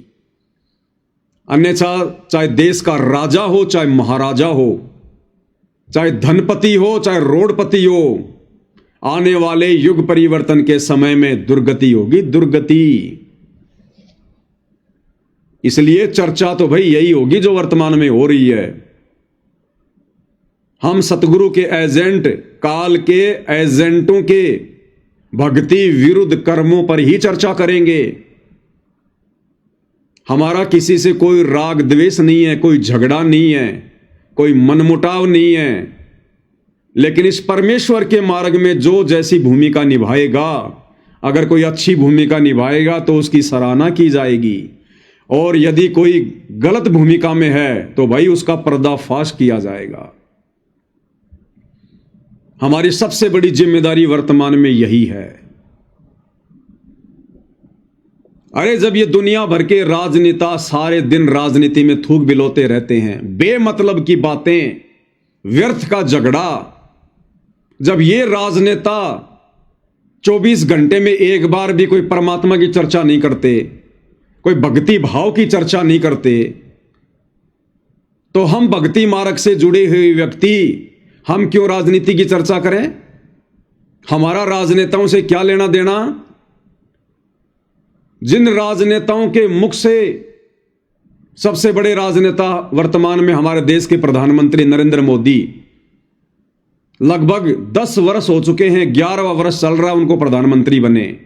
11 वर्षों में उन्होंने कभी भी परमेश्वर रामपाल जी का नाम अपनी जुबान से नहीं लिया। और यदि परमेश्वर रामपाल जी का परिवार, उनके बेटा बेटी, भाई बंधु, यदि उनकी गोद में जाकर बैठेंगे, उनकी रैलियों में जाकर उनका समर्थन करेंगे, बैठेंगे और संगत की मर्यादा तुड़वाएंगे, तो भाई यहां हमें बोलने का अधिकार है। हम यहां बोलेंगे, हमारी यही ड्यूटी है। यदि कोई इस परमेश्वर की मर्यादा तोड़ेगा या तुड़वाएगा, खुद चाहे 1,00,000 बार तोड़े, हमें कोई मतलब नहीं है। लेकिन ऐसे कर्म, ऐसी मर्यादा जिसे परमेश्वर रामपाल जी के भक्ति मार्ग पर, उनकी संगत पर यदि गलत असर पड़ेगा, तो फिर हम सतसेवक भाई बहनों की ये जिम्मेदारी बन जाती है उसका पर्दाफाश करने की, उसके विषय में बताने की, समझाने की, क्योंकि हमारी यही ड्यूटी है। अरे मोबाइल कंपनी ने कॉल सेंटर खोल रखे होते हैं और 10, 15, 20 हजार की नौकरी के लिए लड़के और लड़कियां सारा दिन मोबाइल ले लेके, हाँ जी सर, हाँ जी सर, सर नमस्कार, मैं फलाना कंपनी से बोल रही हूं सर, सर हमारे पास में ये स्कीम आई है सर, सर इससे आपको ये फायदा हो जाएगा, सर आप बताइए हम आपकी क्या मदद कर सकते हैं, सर आपको मेरे से बात करना अच्छा लगा हो तो सर प्लीज आप लाइक कीजिए, ये कीजिए, वो कीजिए। सारा दिन 15,000 रुपए के लिए थूक बिलोते रहते हैं, अपनी अनमोल श्वासें बर्बाद करते रहते हैं, अपना अनमोल समय बर्बाद कर रहे हैं। अरे जब वो सारा दिन 15,000 रुपए के चक्कर में अपना जीवन बर्बाद करने में लगे हुए हैं, दूसरी उनके पास में कोई बात नहीं है, सीधे मुंह बेचारे उन कॉल सेंटर वालों से कोई बात नहीं करता है, कई तो गुस्से गुस्से में गालियां भी निकाल देते हैं, बेचारे गालियां भी सहन कर रहे हैं। तो भाई फिर वर्तमान युग परिवर्तन के समय में परमेश्वर कल की भगवान ने, सतगुरु रामपाल जी ने हमें जो ड्यूटी दी है, भाई फिर हम अपनी ड्यूटी क्यों ना निभाएं? फिर चाहे कोई हमें गालियां निकाले, चाहे कोई उल्टे कमेंट करे, चाहे कोई सीधे मुंह बात ना करे, लेकिन हमने तो अपनी ड्यूटी निभानी पड़ेगी। जैसे 15,000 रुपए की नौकरी के लिए वो लड़की सारा दिन कॉल सेंटर पर अपनी ड्यूटी निभाती है। तो ये बातें जो इस प्रकार के लोग कमेंट्स करते हैं, उनकी अभी बुद्धि से बाहर की बात है। अभी आप लोग बालक हो, बच्चे हो, उम्र से कोई समझदार नहीं होता। ज्ञान से आदमी बूढ़ा होता है, बड़ा होता है, समझदार होता है, उम्र से नहीं होता। तो ये बातें अभी आप लोगों की बुद्धि से बाहर की हैं, आप नहीं समझ पाओगे। यह आपको आने वाले 2-3 वर्षों के बाद में समझ में आएगी। तो कहने का मतलब भाई और बहनों, गुरुदेव भगवान जो कह रहे हैं कि यदि ये मिशन परमात्मा का सही प्रकार से चल गया और अगर आप आत्माओं का सहयोग रहा, यानी हमारे पिताजी ने हमारे से सहयोग की उम्मीद की थी कि मेरे ज्ञान को समझने के बाद, भक्ति मार्ग को समझने के बाद, जब मेरे बच्चे भक्ति मार्ग पर युवा होंगे ज्ञान से, उस समय ये मेरा सहयोग देंगे। और आज सहयोग की बजाय हम क्या कर रहे हैं भाई और बहनों? 2014 के बाद जो जो भक्ति विरुद्ध कर्म शतलोक आश्रमों से जुड़े हुए भाई बहनों ने किए हैं, ये किसी से छुपे हुए नहीं है। तो ये सहयोग में नहीं आता, ये परमेश्वर के विरोध में आता है, विरोध में। तो क्या कह रहे हैं गुरुदेव भगवान? हमने बहुत गहनता से भाई और बहनों विचार करना पड़ेगा परमेश्वर के एक एक वचन के ऊपर, तब हम सफल होंगे इस भक्ति मार्ग पर। अब तो हो सकता है कम कदर करेंगे, लेकिन जब हम यहाँ से चले जाओगे, जब यह दुनिया याद करा करेगी, अक हमारे तो उजड़े घर बस के, और आने वाली पीढ़ी भी याद करा करेंगी अक ये व्यवस्था हमारे घर में। ओए होए होए। तो ये इतना बहुत ही लाभदायक और उत्तम मिशन है। अगर ये ठीक ढंग से चल गया, बंदी छोड़ की कृपा रही और आप लोगों का सहयोग रहा, तो आप देखना। और एक व्यवस्था और करेंगे अभी थोड़े से दिनों के बाद के बच्चों की शादी भी सबको प्रार्थना भी करके कम से कम अपने सत्संगियों से तो हम कर ही सकते हैं कि कोई भी ऐसी व्यवस्था नहीं करनी है जो कि ज्यादा दहेज की हो। कोशिश यहां तक करेंगे कि अपने लड़के और लड़की का विवाह एक ही स्थान पर बंदी छोड़ की वाणी का पाठ करवा के और माला घाल के बच्चों का संयोग मिला दिया जाए। आधे से ज्यादा दुख दूर हो जाएगा हमारा।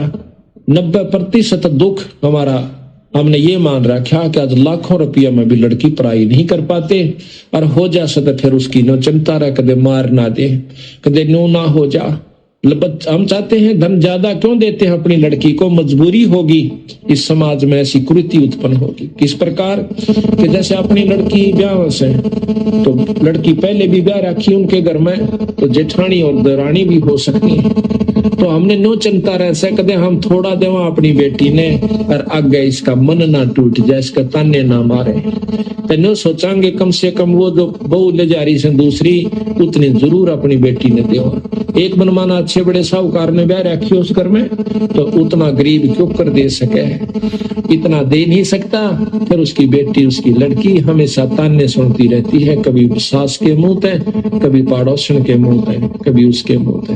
तो इस प्रकार हम इस बुराई को दूर करने की भी कोशिश करेंगे। सतगुरु की कृपा रही, आप लोगों का सहयोग रहा, इसमें कुछ बहुत ही आसान काम हो जाएगा। आधी मेहनत में काम चलेगा। वो पैसा आप जोड़ते हो उसको धर्म पर लाइयो 10%, बाकी अपना आराम से कमाइयो और भक्ति करते रहियो। 90% चिंता आपकी। कबीर कुल करनी के कारण ये हंसा गया बिगो, तब कुल का को लाज है जब 4 पांव का हो।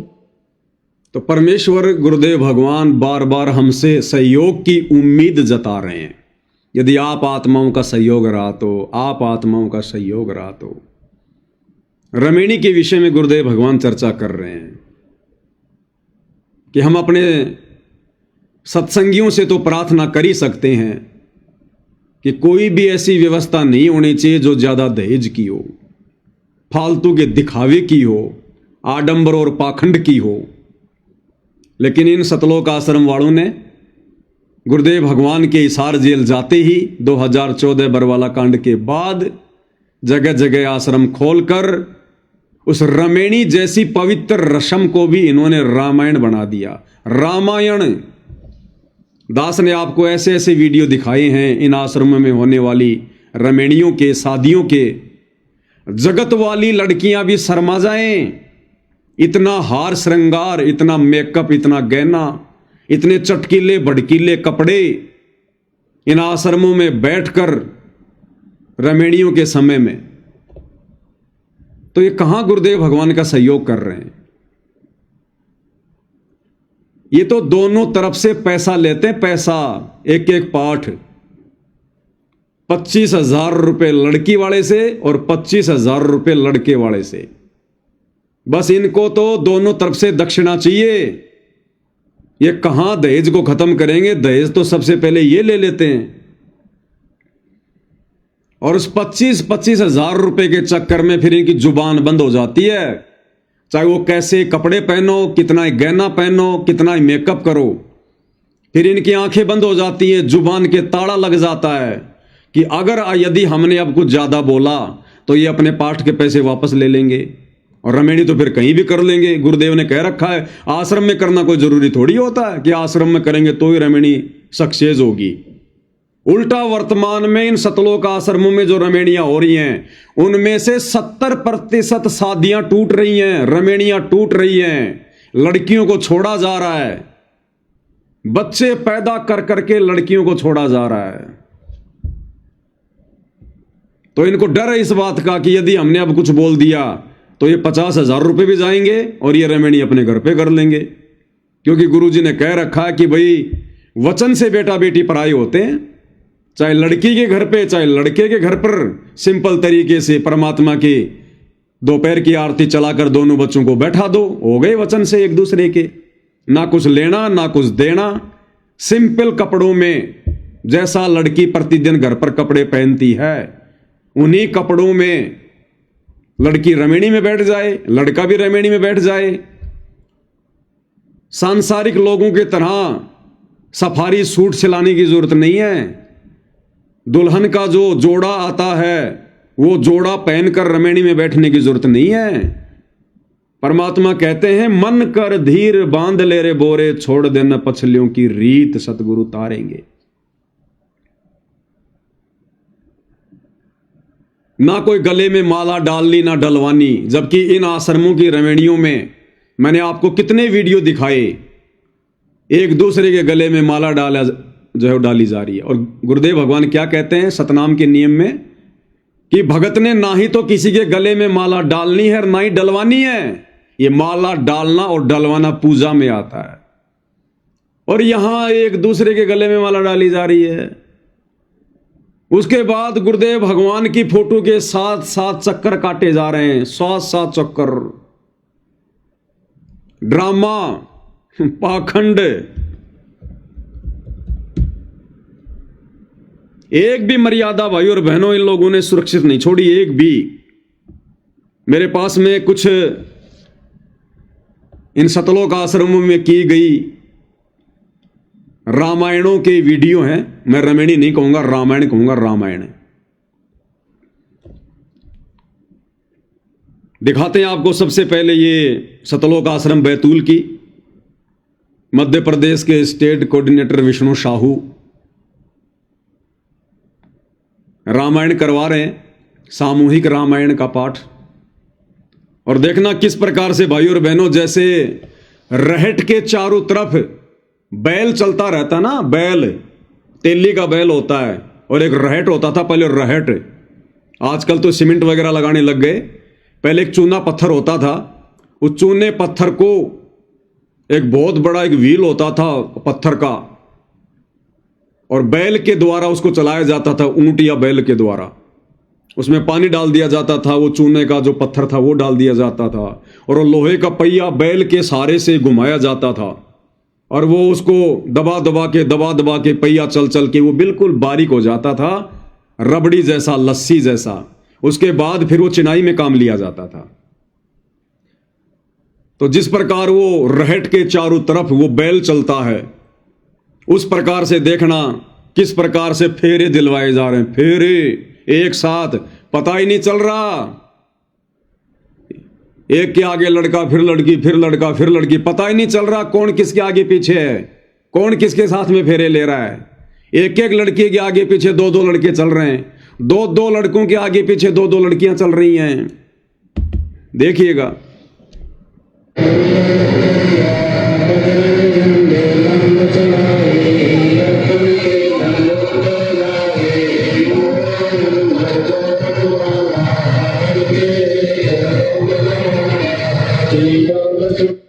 अब ये रमेणी हो रही है।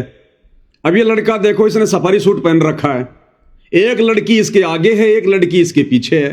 अब बताओ इसकी पत्नी कौन सी है भाई? इसकी भगतमती कौन सी है? इसके आगे भी लड़की, इसके पीछे भी लड़की, पीछे वाले के आगे भी लड़की, पीछे भी लड़की। ये रमेणी नहीं, ये रामायण हो रही है। ये लोग इन परंपराओं को छोड़ नहीं रहे। सांसारिक तौर पर 7 फेरे क्यों दिलवाए जाते हैं? इसलिए कि अब मैं इस लड़की का या इस लड़के का 7 जन्मों तक पीछा नहीं छोड़ूंगी। अरे नालायको, सतलोक जाना कि नहीं जाना, या फिर 7 जन्म तक अपनी यही रीति निभाओगे? 7 जन्मों तक तो काल ने बांध दिया इनको, ये संकल्प ले रहे हैं। अन्यथा कबीर परमात्मा के भक्ति मार्ग में फेरे लगाने की प्रक्रिया नहीं है। ये तो सामाजिक परंपरा है, काल की परंपरा है। अग्नि के चारों तरफ 7 फेरे लेने का मतलब कि 7 जन्मों तक हम एक दूसरे के बन के रहेंगे। तो सतलोक क्या खाक जाएंगे? ये 7 जन्म तो ये धक्के खाएंगे ये अभी। तो ये रमेणी नहीं, ये रामायण हो गई, रामायण। इसलिए ये शादियां सक्सेस नहीं हो रही हैं।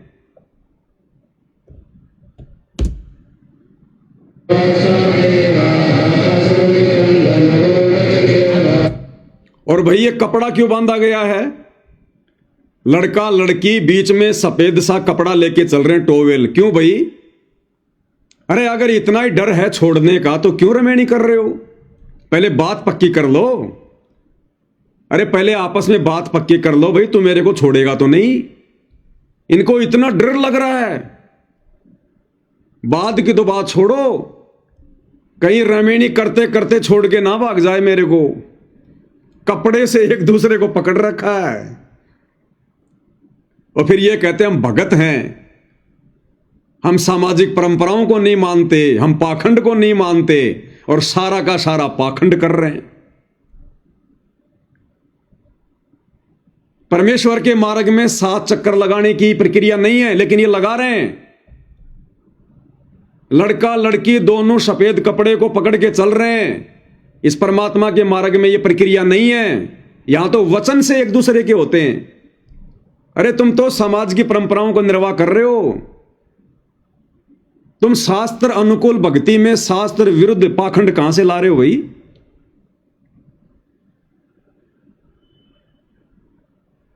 अरहट के बैल कितना चक्कर काट रहे हैं, बैल कितना चक्कर काट रहे हैं।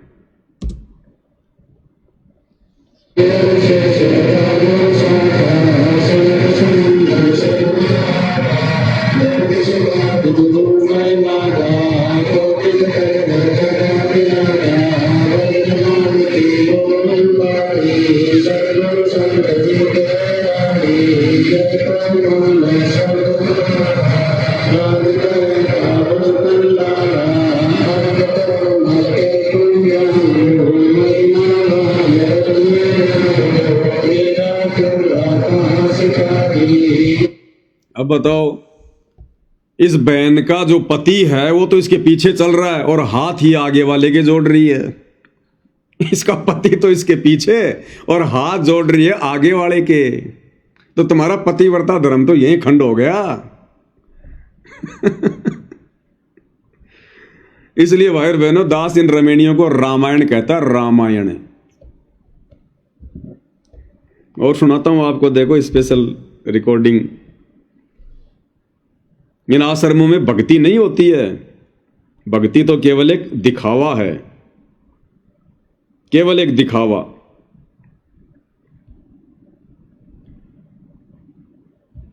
यहां तो अभी तक तो भक्तों की हवस ही पूरी नहीं हो रही,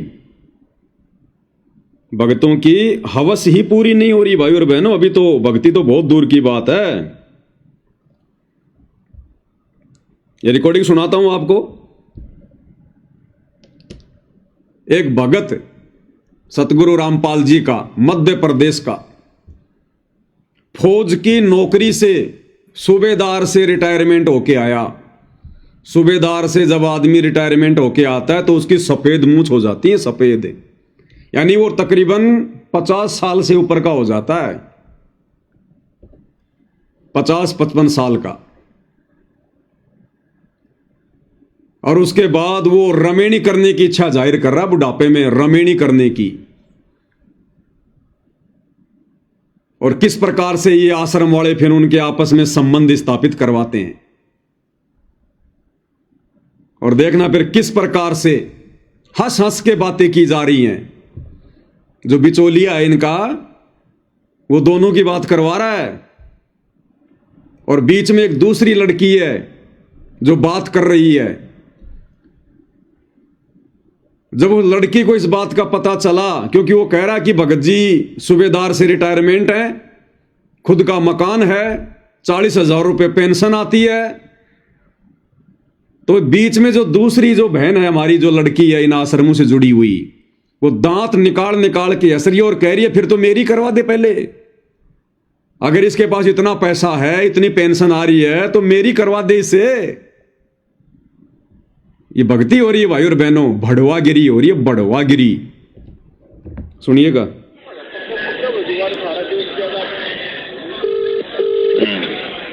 हेलो, क्या भाई? हाँ जी, ससाइल जी। ससाइल जी।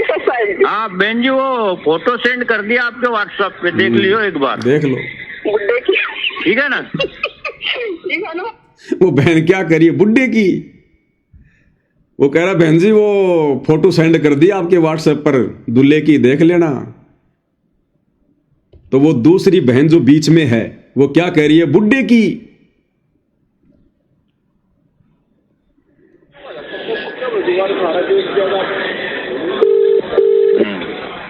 हेलो, क्या भाई? हाँ जी, ससाइल जी।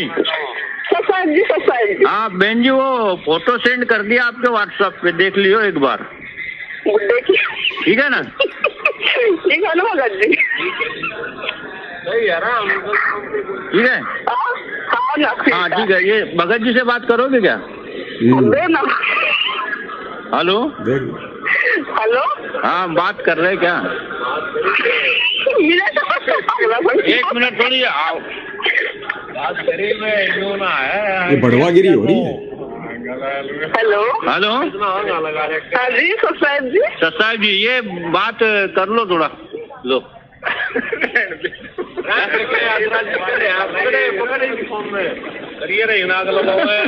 हेलो। हेलो। हाँ ये भगत, साथ वाले भगत जी है ना, इनसे ही बात कर लो आप। ये जो साथ वाले भगत जी, लो जी ज्यादा आ रही है। बात कर लो भगत जी। मनोहर भगत जी। हाँ बहन जी, ये राजेंद्र भगत जी है नाम इनका, हरियाणा से। हाँ ये रिटायर्ड है, सूबेदार की पोस्ट से। हाँ अभी 45,000 इनकी पेंशन है। अरे बाप रे, 45,000। ठीक है। तो और गांव में रहते हैं कोठी। वो बहन जी कह रही है कि मेरी करवा दे, 45,000 रुपये पेंशन आ रही है, तो वो दांत निकाल निकाल के कह रही है कि मेरी करवा दे। और आपस में कहते हैं हम गुरु भाई बहन हैं, और बड़ुओं की तरह बात कर रहे, बड़ुओं की तरह दांत निकाल निकाल के। ये परमात्मा के मिशन में सहयोग दे रहे हैं क्या? ये सत्संग सुनने जाते हैं या इस प्रकार की बातें करने जाते हैं? ये विषय वासना के अड्डे बन चुके हैं सतलोक आश्रम, विषय वासनाओं के अड्डे, काल के अड्डे। वो क्या कह रही है? बाप रे बाप, 45,000 फिर तो मेरी करवा दे।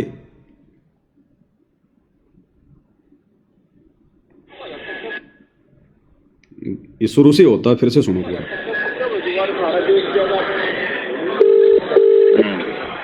विचार कर लेना क्या भाई। हाँ जी ससाइल जी। ससाइल जी। हाँ बहन जी, वो फोटो सेंड कर दिया आपके व्हाट्सएप पे, देख लियो एक बार। देखिए ठीक है ना? ठीक है ना भगत जी? सही है ना? ठीक है। हाँ ठीक है। ये भगत शुरू में करेगी बुड्ढे की फोटो, और जब पता चला कि 45,000 रुपये पेंशन है, फिर उस बुड्ढे में उसको जवान दिखाई दे रहा, जवान है वो बुड्ढा भी, फिर उसको जवान दिखाई देने लग गया। बोले फिर तो मेरी करवा दे। किसी से बात करोगे क्या? ना। Hello hello. हाँ बात कर रहे क्या? एक मिनट थोड़ी आओ। बात करी में नो ना है, यस या नो। Hello hello. हाँ जी ससाइल जी। ससाइल जी, ये बात कर लो थोड़ा, लो।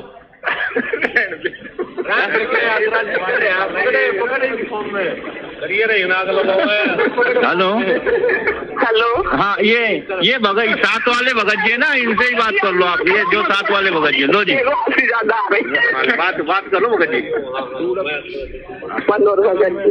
हाँ बहन जी, ये राजेंद्र भगत जी है नाम इनका, हरियाणा से। हाँ ये रिटायर्ड है, सूबेदार की पोस्ट से। हाँ अभी 45,000 इनकी पेंशन है। अरे बाप रे, 45,000। ठीक है। और गांव में रहते, कोठी अच्छी बनाई है, बेहतरीन कोठी। हाँ अभी चल रहा काम उसका। तो आप यदि मतलब यहाँ भोपाल कार्यक्रम में आते हो तो 17 तारीख को कर ले क्या इनको तैयार? कर लो ना यार, 17 तारीख को मेरी ट्रेनिंग कर देना। जी बहन जी, ठीक है बहन जी, सस्ता है। बुला रही हूँ 17 तारीख को, मेरी कर देना। अब बताओ भाई और बहनों,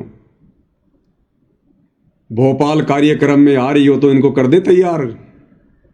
उस बुड्ढे को तैयार कर रहे हैं रमेणी के लिए, और वो कह रही है कि मेरी कर देना। फिर तो अगर बेहतरीन कोठी है, 45,000 रुपये पेंशन आ रही है, फिर इसको बुड्ढे में जवान दिखाई देने लग गया। तो इन आश्रमों में इसलिए भाई और बहनों दास कहता है कि ये राजनीति के अड्डे, विषय वासनाओं के अड्डे, भड़वागिरी के अड्डे। भक्ति नाम की वहां पर बूंद भी नहीं है, बूंद भी। ये आपकी आंखों के सामने है, दास कोई पीछे से नहीं बोलता।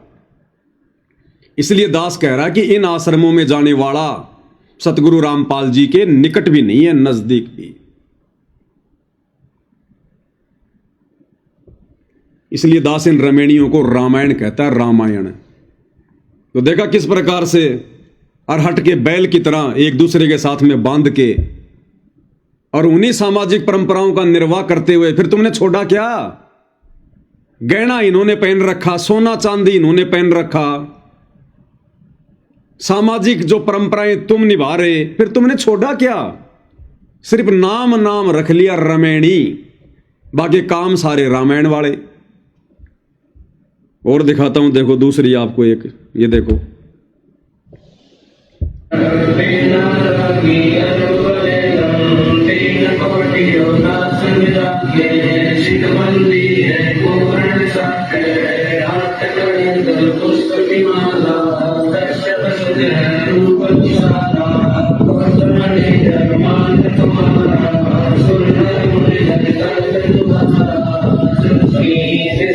अब बताओ,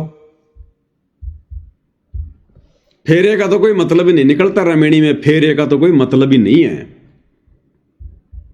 और दिखाते हैं आपको, देखना कितना गहना पहन रखा है इस बहन ने, हे भगवान, जगत वाली भी शर्मा जाए। परमात्मा की शरण में देखो इसके हाथों में, देखो इसके कान में, देखो मोटे मोटे झुमके, नाक में, यहाँ पर माथे पर, गले में कितना मोटा हार पहन रखा है, हाथों में देखो पूरा जैसे वो बंजारे पहनते हैं ना, हाथों में यहाँ तक है। और इसका ब्लाउज देखो, गुरुदेव भगवान कहते हैं कि माता बहनों ने कौड़ी से नीचे तक के पहनने चाहिए ब्लाउज वगैरह, जिनकी बाजू नीचे तक की हो। ये शादी का जोड़ा क्या छोड़ा इन लोगों ने। वही विवाह आज आप देख रहे हो, उस परमेश्वर की कृपा से परमात्मा ने हमारा ज्ञान हटा दिया। यहाँ पर बच्चों का विवाह करा दिया जाता है और 5-7 भगत उनके रिश्तेदार आते हैं, घर वाले। और गुरु जी तो कहते हैं कि 5-7 भगत उनके घर वाले, और यहां तो पूरा का पूरा ये बारात बैठा रखी है, बारात पूरी की पूरी, कम से कम 100 आदमियों से कम नहीं है। तो गुरु जी सत्संग में क्या कह रहे हैं और ये लोग क्या कर रहे हैं, तो मिशन में सहयोग कहां दे रहे हैं। आश्रम में उनका 10 रुपए खर्च नहीं होता। सिंपल रोटी जो रोज हम बनाते हैं वही खाएंगे। सिंपल रोटी जो रोज हम बनाते हैं वही खाएंगे। अब इन आश्रमों में सिंपल रोटी है क्या? लड्डू, जलेबी, बर्फी, ये सिंपल रोटी में आता है। ये कहां मर्यादा है, कहां तुम्हारी रमणी सफल होगी। गुरुदेव ने एक सत्संग में बताया कि बच्चों, रमणी के दिन तो आपने जानबूझ के भी कोई मिठाई नहीं बनानी है। ज्यादा से ज्यादा खीर बना लो परमात्मा के भोग के लिए। हलवे का तो लगता ही है, थोड़ी सी खीर बना लो, और सब्जी पूड़ी या रोटी सब्जी, बिल्कुल सिंपल खाना। उस दिन तो जानबूझ के कुछ नहीं बनाना चाहिए, वरना फिर यह परंपरा पड़ जाती है। और क्या करे परमात्मा? 5-7 भगत, घर वाले, परिवार वाले, बस, इससे ज्यादा नहीं। क्या कह रहे हैं, ध्यान से सुन लो। और 5-7 भगत उनके रिश्तेदार आते हैं, घर वाले। और यहाँ आश्रम में उनका 10 रुपए खर्च नहीं होता। सिंपल रोटी जो रोज हम बनाते हैं वही खाएंगे। ये ड्रामाबाजी हमने नहीं करनी। बच्चों का सहयोग परमात्मा जोड़ता है। हमारी देखो ये बारात बैठी है पूरी, ये 5-7 भगत हैं क्या? अरे 100 से कम नहीं है, 100 से कम। ऐसे गुरुदेव की मर्यादा तोड़ी जा रही है। फिर कहां तुम वचन निभा रहे हो भाई? सिर्फ नाम नाम के भगत हैं, नाम नाम के। रमणी केवल नाम की रह गई। अरे परमात्मा इस बारात को ही तो समाप्त करना चाहते हैं। ये फालतू का दहेज, दिखावा। अब जिसने अपनी बेटी को इतना सोना पहन के, इतनी चांदी पहना के, इतने गहने पहना के रमणी में बैठा रखा है, वो 2 दिन बाद में दहेज नहीं देगा क्या? वो दहेज का ट्रक नहीं भेजेगा क्या? और इतना सोना अपनी बेटी को देकर बैठाना, ये भी तो दहेज ही है। और गुरु जी कहते हैं 5-7 व्यक्ति, और यहां तो सैकड़ों की संख्या में बैठे हैं। ये तो अंदर का दृश्य है, बाहर तो हो रहे हैं। इसलिए रमणी नहीं, रामायण है। अभी 90% भगत भगत की श्रेणी में नहीं है, सतगुरु के शिष्य कहलाने के लायक नहीं है। केवल नाम नाम के भगत हैं, नाम नाम के। उनके कर्म जगत से भी ज्यादा बिगड़े हुए हैं। से विवाह नहीं होता। भाई साहब ने स्पेशल देखो सूट सिला रखा है। और गुरु जी कहते हैं जैसे कपड़े हम प्रतिदिन पहनते हैं वही कपड़े पहनो। अगर गुरु को खुश करना है तो, अगर समाज को खुश करना है तो फिर ताए तुम जो मर्जी करो भाई, फिर तो हाथी पे बैठ के जाओ चाहे। एक और दिखाता हूं आपको, देखना इस बहन का मेकअप कैसे चमक रहा है। इसका चेहरा देखना, गाल वगैरह, वो टिमकियां ऐसी चमक रही है वो मेकअप वाली, वो सितारे से। दर्शकों को बताइए कि आपने जो दहेज मुक्त विवाह करने का फैसला लिया है, ये क्यों लिया है? जो अभी आप देख रहे हो विवाह हुआ है हमारा, हम लोगों ने 1 भी रुपए का लेन देन नहीं किया हमारे मम्मी पापा ने, ठीक है। और हम लोग बहुत खुश भी हैं इस शादी से कि हमारी खुशी हो रही है। जैसे कि लोगों का आडंबर होते हैं जगत में, शादियां करते हैं, दहेज देना, फिर उसके बाद भी लड़कियां सेफ नहीं होती हैं। तो हम संत रामपाल जी महाराज जी ने जो एक बीड़ा उठाया है ना, कि मतलब समाज सुधार करने का, तो उसमें हम लोग उनके अनुयायी हैं, हम लोग उसमें पूरा सहयोग दे रहे हैं। आप खुश हैं इस विवाह से? बहुत ज्यादा खुशी, क्योंकि इसमें सारी टेंशन ही खत्म कर दी परमात्मा ने। टेंशन होती है एक पिता होता है, समझ लो। और चेहरे पे वो टिमकियां चमक रही वो मेकअप वाले वो दाने दाने दाने दाने से। और ये स्पेशल जोड़ा पहन रखा इसने शादी का, स्पेशल शादी का जोड़ा। इसको पूछो क्या तू प्रतिदिन यही कपड़े पहनती है क्या? क्या शादी से पहले भी तू रोजाना यही कपड़े पहनती थी क्या? बोलेगी नहीं। तो फिर आज क्यों पहना तूने? गुरुजी तो मना करते हैं कि प्रतिदिन जो कपड़े पहनते वही पहनो। नाक में सोना पहन रखा है। भैया जहर का चाहे एक बूंद खा लो चाहे बोतल पी लो, जहर जहर ही होता है, वही काम करेगा। तो मर्यादा चाहे इतनी सी तोड़ दो चाहे ढेर सारी तोड़ दो, बात एक ही है। तो कहां सतगुरु की मर्यादा निभाई जा रही है भाई और बहनों? रमेणी तो केवल नाम रह गया रमेणी का, बाकी सब आडंबर, पाखंड, दिखावा। इसलिए भाई और बहनों, पूज्य गुरुदेव भगवान को वर्तमान में ये इतना संघर्ष करना पड़ रहा है क्योंकि उनके बच्चे उनका सहयोग नहीं कर रहे, उनके भगत उनका सहयोग नहीं कर रहे। जिस विधि से गुरुदेव ने भक्ति मार्ग पर चलने की आज्ञा दी थी उस विधि से नहीं चल रहे हैं। इसलिए आप और हम सत्सेवक भाई बहनों के पास में बहुत अच्छा मौका है, बहुत जबरदस्त मौका है गुरुदेव के चरणों में जगह बनाने का, गुरुदेव के हृदय में समाने का। क्योंकि वर्तमान में सत्सेवकों के अलावा धरती पर कोई भी नहीं है जो गुरु भगवान की मर्यादाओं के अनुसार जो भक्ति कर रहा हो, जो उनके वचनों पे चल रहा हो। और जो उनके वचनों पे नहीं चलता, उनकी मर्यादाओं में रह के भक्ति नहीं करता, गुरु उनकी तरफ ध्यान देना छोड़ देता है। तो वर्तमान में भाई और बहनों बहुत ही जबरदस्त मौका हम सत्सेवकों के पास में गुरुदेव भगवान की नजरों में आने का। और यदि इस भगवान की हम नजरों में आ गए भाई और बहनों, इस भगवान ने यदि एक नजर भी हम पे डाल दी अपनी मेहर की, अपने प्यार की, हमारा तो बेड़ा पार हो जाएगा, बेड़ा पार। तो कौन होगी ऐसी मूर्ख आत्मा जो ऐसा मौका चूकेगी? इसलिए हम सत्सेवक भाई बहनों ने बहुत ही सिंपल तरीके से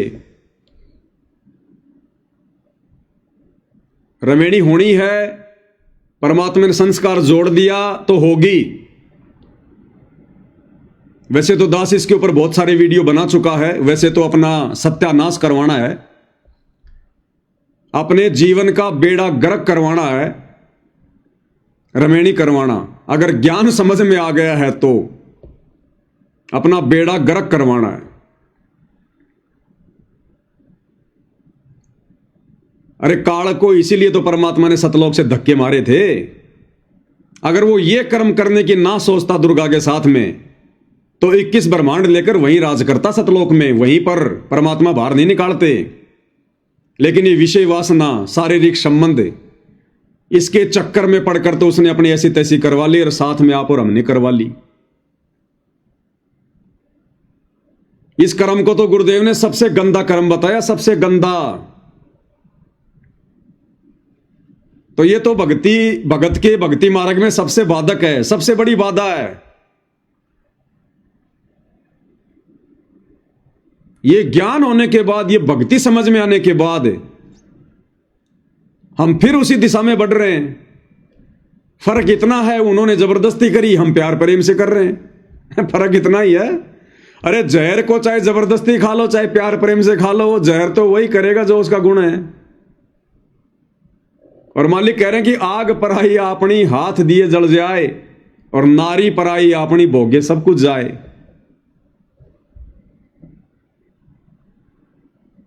तो भाई और बहनों देखो, समझदार आत्माएं तो उनकी तो गति अलग होती है। संतों समझों की मति और, जो समझ गया इस भक्ति मार्ग को, इस अध्यात्म को, उसकी तो बात ही अलग होती है भाई और बहनों। वो तो इन विषय वासनाओं के निकट भी नहीं जाएगा। अरे परमात्मा की तो मजबूरी थी भाई, क्या करे। परमात्मा ने उसको श्राप ही ऐसा दे दिया, और श्राप दिया आप और हमारी भलाई के लिए, हमारे हित के लिए, कि तू प्रतिदिन 1 लाख मनुष्य शरीरधारी आत्माओं के सूक्ष्म शरीर की वासना खाएगा। तो उसकी मजबूरी हो गई ये मनुष्य शरीर देना। और परमात्मा ने यह दया आप और हमारे ऊपर इसलिए बख्शी क्योंकि मनुष्य शरीर में ही हम ज्ञान समझ सकते हैं, भक्ति कर सकते हैं। तो हम परमेश्वर की सृष्टि रचना को अच्छे से समझकर भक्ति मार्ग के फैसले लें, निर्णय लें। परमात्मा ने तो भक्ति के लिए मनुष्य जन्म दिया, भक्ति के लिए, क्योंकि उसको भूख लगेगी तो उसकी मजबूरी हो जाएगी मनुष्य को पैदा करना। और मनुष्य जन्म मिल गया तो आज हम सत्संग सुन पा रहे हैं, भक्ति कर पा रहे हैं। अन्य योनियों में भक्ति नहीं होती। अब सृष्टि रचना फिर गुरु जी ने क्यों सुनाई कि ये मनुष्य जन्म परमात्मा ने काल को शराप देके भक्ति करवाने के लिए दिया है, नहीं तो मनुष्य जन्म भी नहीं देता। 84 लाख बना रखी हैं, एक 4 पैर का जानवर और बना देता, उसने मनुष्य बनाने की क्या जरूरत थी। लेकिन उसकी मजबूरी हो गई, भोजन बिना वो कैसे जीवित रहेगा। तो ये मनुष्य जन्म परमात्मा ने आप और हमसे भक्ति करवाने के लिए इस काल के माध्यम से दिलवाया है। अब गुरु जी सारी बातें थोड़ी कहेंगे कि बच्चों तुम रमेणी करना छोड़ दो। परमात्मा तो नहीं कहेंगे भैया ये काल का भोजन है और ये भोजन रोजाना 1 लाख खाने का आदेश भगवान ने दिया है, तो परमात्मा कैसे अपने बच्चे के भोजन को बंद करवाएगा। अपने मुंह से तो कहेगा नहीं कि तुम रमेणी मत करो, लेकिन सत्संग में परमात्मा ने सब कुछ क्लियर कर दिया कि इसी कर्म के चलते तो मैंने उसको सतलोक से धक्के निकाले थे।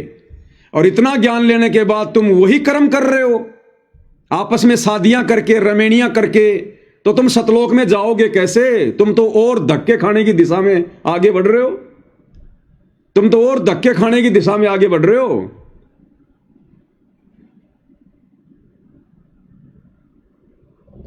लेकिन फिर भी भाई और बहनों, अगर बच्चे नहीं मानते हैं तो फिर माता पिता की मजबूरी बन जाती है। तो ठीक है भाई, जिम्मेदारी तो मां बाप ने निभानी पड़ेगी अपनी, लेकिन उस जिम्मेदारी को निभाते समय अपनी मर्यादाओं को विशेष ध्यान में रखना है। विशेष तौर पर अपनी मर्यादा नहीं टूटने देनी बिल्कुल भी। लड़के वाले ने लड़की वाली से, लड़की वाले ने लड़के वाले से पहले क्लियर कर लेना है।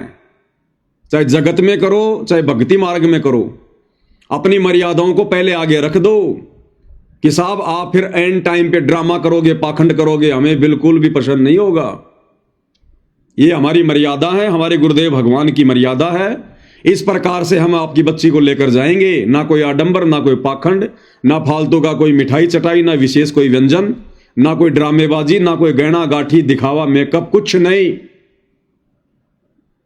ना फालतू की बारात इकट्ठा करना। यहां पर पहले क्लियर कर लो ताकि मर्यादा ना टूटे, क्योंकि रूठो चाहे जग सारा, रूठे ना परमेश्वर हमारा, इन्हीं का है परम सहारा। तो भाई समझो कि तो मती कुछ और है। अरे ये बात समझ में आई ब्रह्मा जी के 5 पुत्रों को, सनक सनंदन संत कुमार को, उनको समझ में आई ये बात। उन्होंने भगवान से एक ही वरदान मांग लिया कि भगवान अब 5 वर्ष से ज्यादा हमारी आयु ना बढ़े। उन्होंने ऐसा वरदान मांग लिया कि 5 वर्ष से ज्यादा हमारी आयु ना बढ़े। अगर इससे ज्यादा हमारी आयु बढ़ेगी तो हमारे अंदर विषय विकार पैदा होंगे, और यदि विषय विकार पैदा हुए तो फिर हम भक्ति नहीं कर पाएंगे। तो उनको समझ में आई, लेकिन उनको वो मार्ग नहीं मिला जो मार्ग परमात्मा ने आप और हमारे को दे दिया। और हमें मार्ग मिल गया तो ये बात समझ में नहीं आ रही। इसी विषय वासना से दुखी होकर, परेशान होकर, तंग होकर, और शंकर जी ने 88,000 वर्ष तक तपस्या करी। इतना घोर तप किया 88,000 वर्ष तक कि मैं काम वासना से मुक्ति प्राप्त कर लूं। तो भाई और बहनों समझो कि तो मती कुछ और है। ये तो अपने पैरों में बेड़ियां डालना, बेड़ियां बेड़ियां, और हम लोग खुश होके कर रहे हैं, खुश होके। फिर हम क्या भक्ति कर रहे हैं। मटके में तो छेद कर लिया हमने, एक तरफ तो मटके में पानी डाल रहे हैं और फिर खुशी खुशी मटके में नीचे छेद कर रहे हैं। तो बताओ हमसे बड़ा कोई मूर्ख होगा? उस आदमी से बढ़कर कोई मूर्ख है? जेठ का महीना, खेत में काम करने गया, आसपास में पानी का कोई जुगाड़ नहीं, घर से मटका भर के लेके गया और वहां जाकर उस मटके में नीचे से छेद कर दिया। आप क्या कहोगे उस आदमी को? तो एक तरफ तो हम इस ब्रह्मा जी के ऋण को उतारने के लिए इसके ओम नाम की साधना कर रहे हैं कि इस काल ने हमारे ऊपर जन्मों जन्मों से हम जो ये विषय वासनाओं के चक्कर में पड़े हुए हैं, जिससे बहुत ज्यादा ऋण हमारे ऊपर इस ब्रह्मा जी का चढ़ा हुआ है, क्योंकि रजोगुण का देवता है। इसका वो ऋण उतारने के लिए हमने गुरुदेव भगवान से ब्रह्मा जी का ओम नाम का मंत्र लिया। एक तरफ तो हम दिन रात ब्रह्मा जी के ओम नाम की साधना कर रहे हैं कि मेरा कर्जा उतरे, मेरा कर्जा उतरे, मेरा कर्जा उतरे, और दूसरी तरफ रमेणी करके, शादी करके हम फिर से ब्रह्मा जी का कर्जा चढ़ा रहे हैं। तो बताओ हमारा कर्जा कैसे उतरेगा भाई और बहनों? कर्जा तो उसी समय उतरेगा कि खर्चा कम और कमाई ज्यादा, खर्चा कम कमाई ज्यादा। तो हालांकि दास इन बातों पर बहुत ज्यादा डिस्कस पहले कर चुका है। ज्यादा डिस्कस करते हैं तो बहुत सारे भाई बहन मेरे से नाराज हो जाते हैं बहुत सारे नाराज हो जाते हैं। लेकिन भैया देखो, सच तो सच ही है। हकीकत बताने के लिए तो भगवान ने ड्यूटी लगाई है। जीव लाख बार नाराज हो जाए कोई दिक्कत नहीं है, लेकिन ये परमात्मा अगर एक बार नाराज हो गया ना तो बात बहुत ज्यादा बिगड़ जाएगी।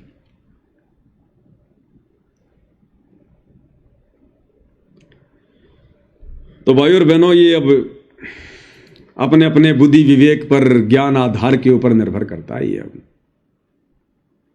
परमात्मा कहते हैं, कामिनी कनक जहर कर जाने वो शहर अगमपुर जावे। कामिनी औरत, कनक सोना, तो कामिनी कनक को तो जहर के समान मानना चाहिए। भगत ने जहर के समान। अगर ये पता हो कि इस सब्जी की कटोरी में एक टपका जहर का डला हुआ है, खाएगा कोई? उस कटोरी को भी जिंदगी में दोबारा काम में नहीं लेगा। धोखे भी, जिसको यह पता चल गया कि इसमें जहर का एक टपका किसी ने डाल दिया। कामिनी कनक जहर कर जाना है। और हम क्या कर रहे हैं? हम खुशी खुशी जहर पी रहे हैं, खुशी खुशी जहर पी रहे हैं।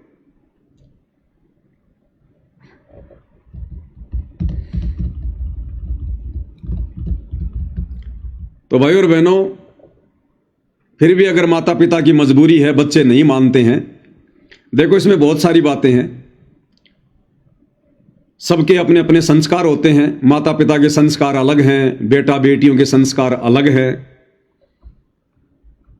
हम बच्चों के ऊपर दबाव भी नहीं डाल सकते कि भाई तू रमेणी मत कर, तू शादी मत कर। भक्ति मार्ग में ये नहीं चलता।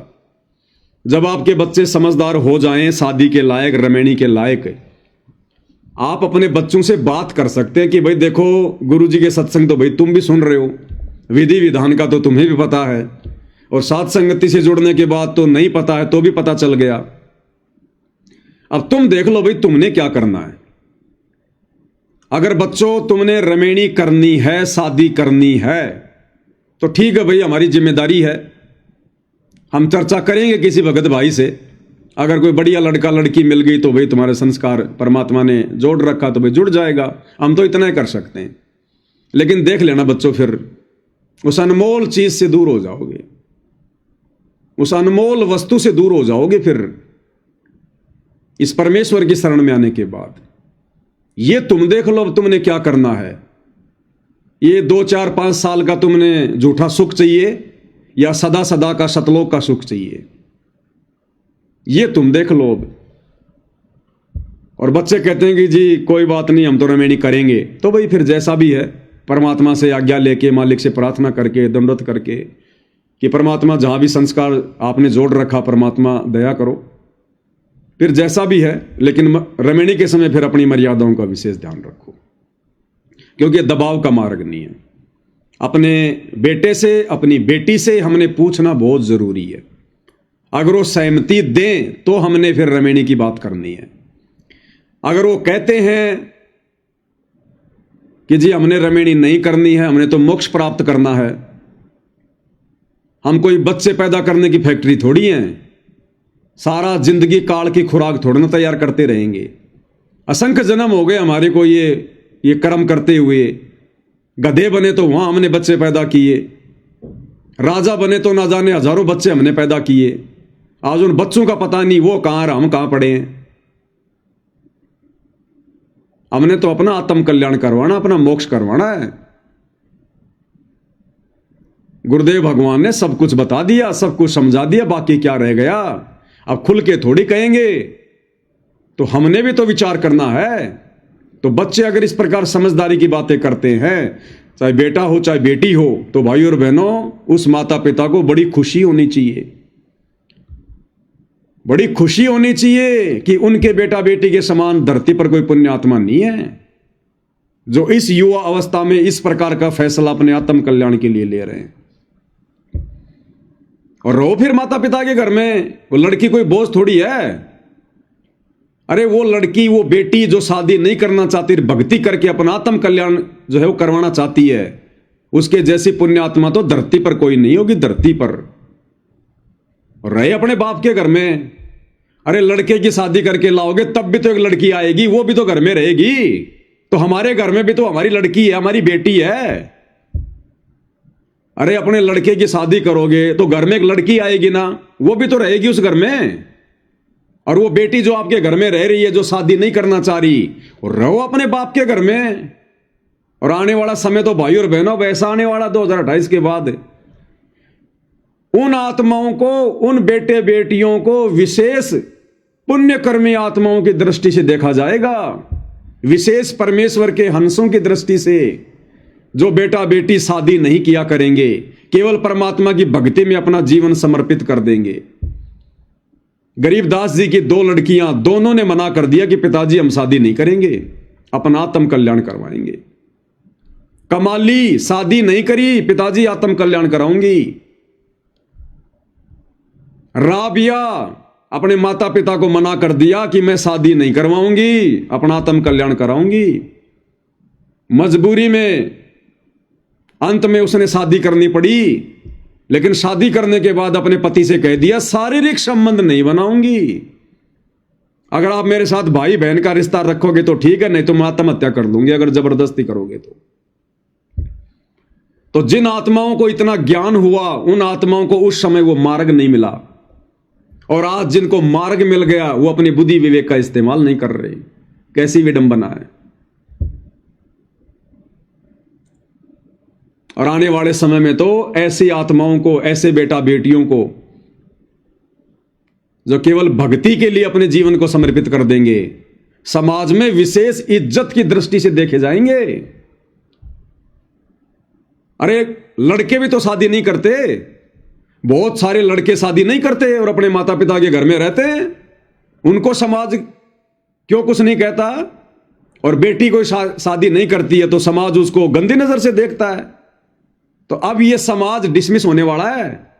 ये गंदी नजर से देखने वाला समाज, छोटी सोच रखने वाला समाज, ज्ञानहीन समाज, ये युग परिवर्तन के समय में या तो सुधर जाएगा, अपनी नजर को सही कर लेगा, या परमात्मा इनकी नजरें बदल देगा।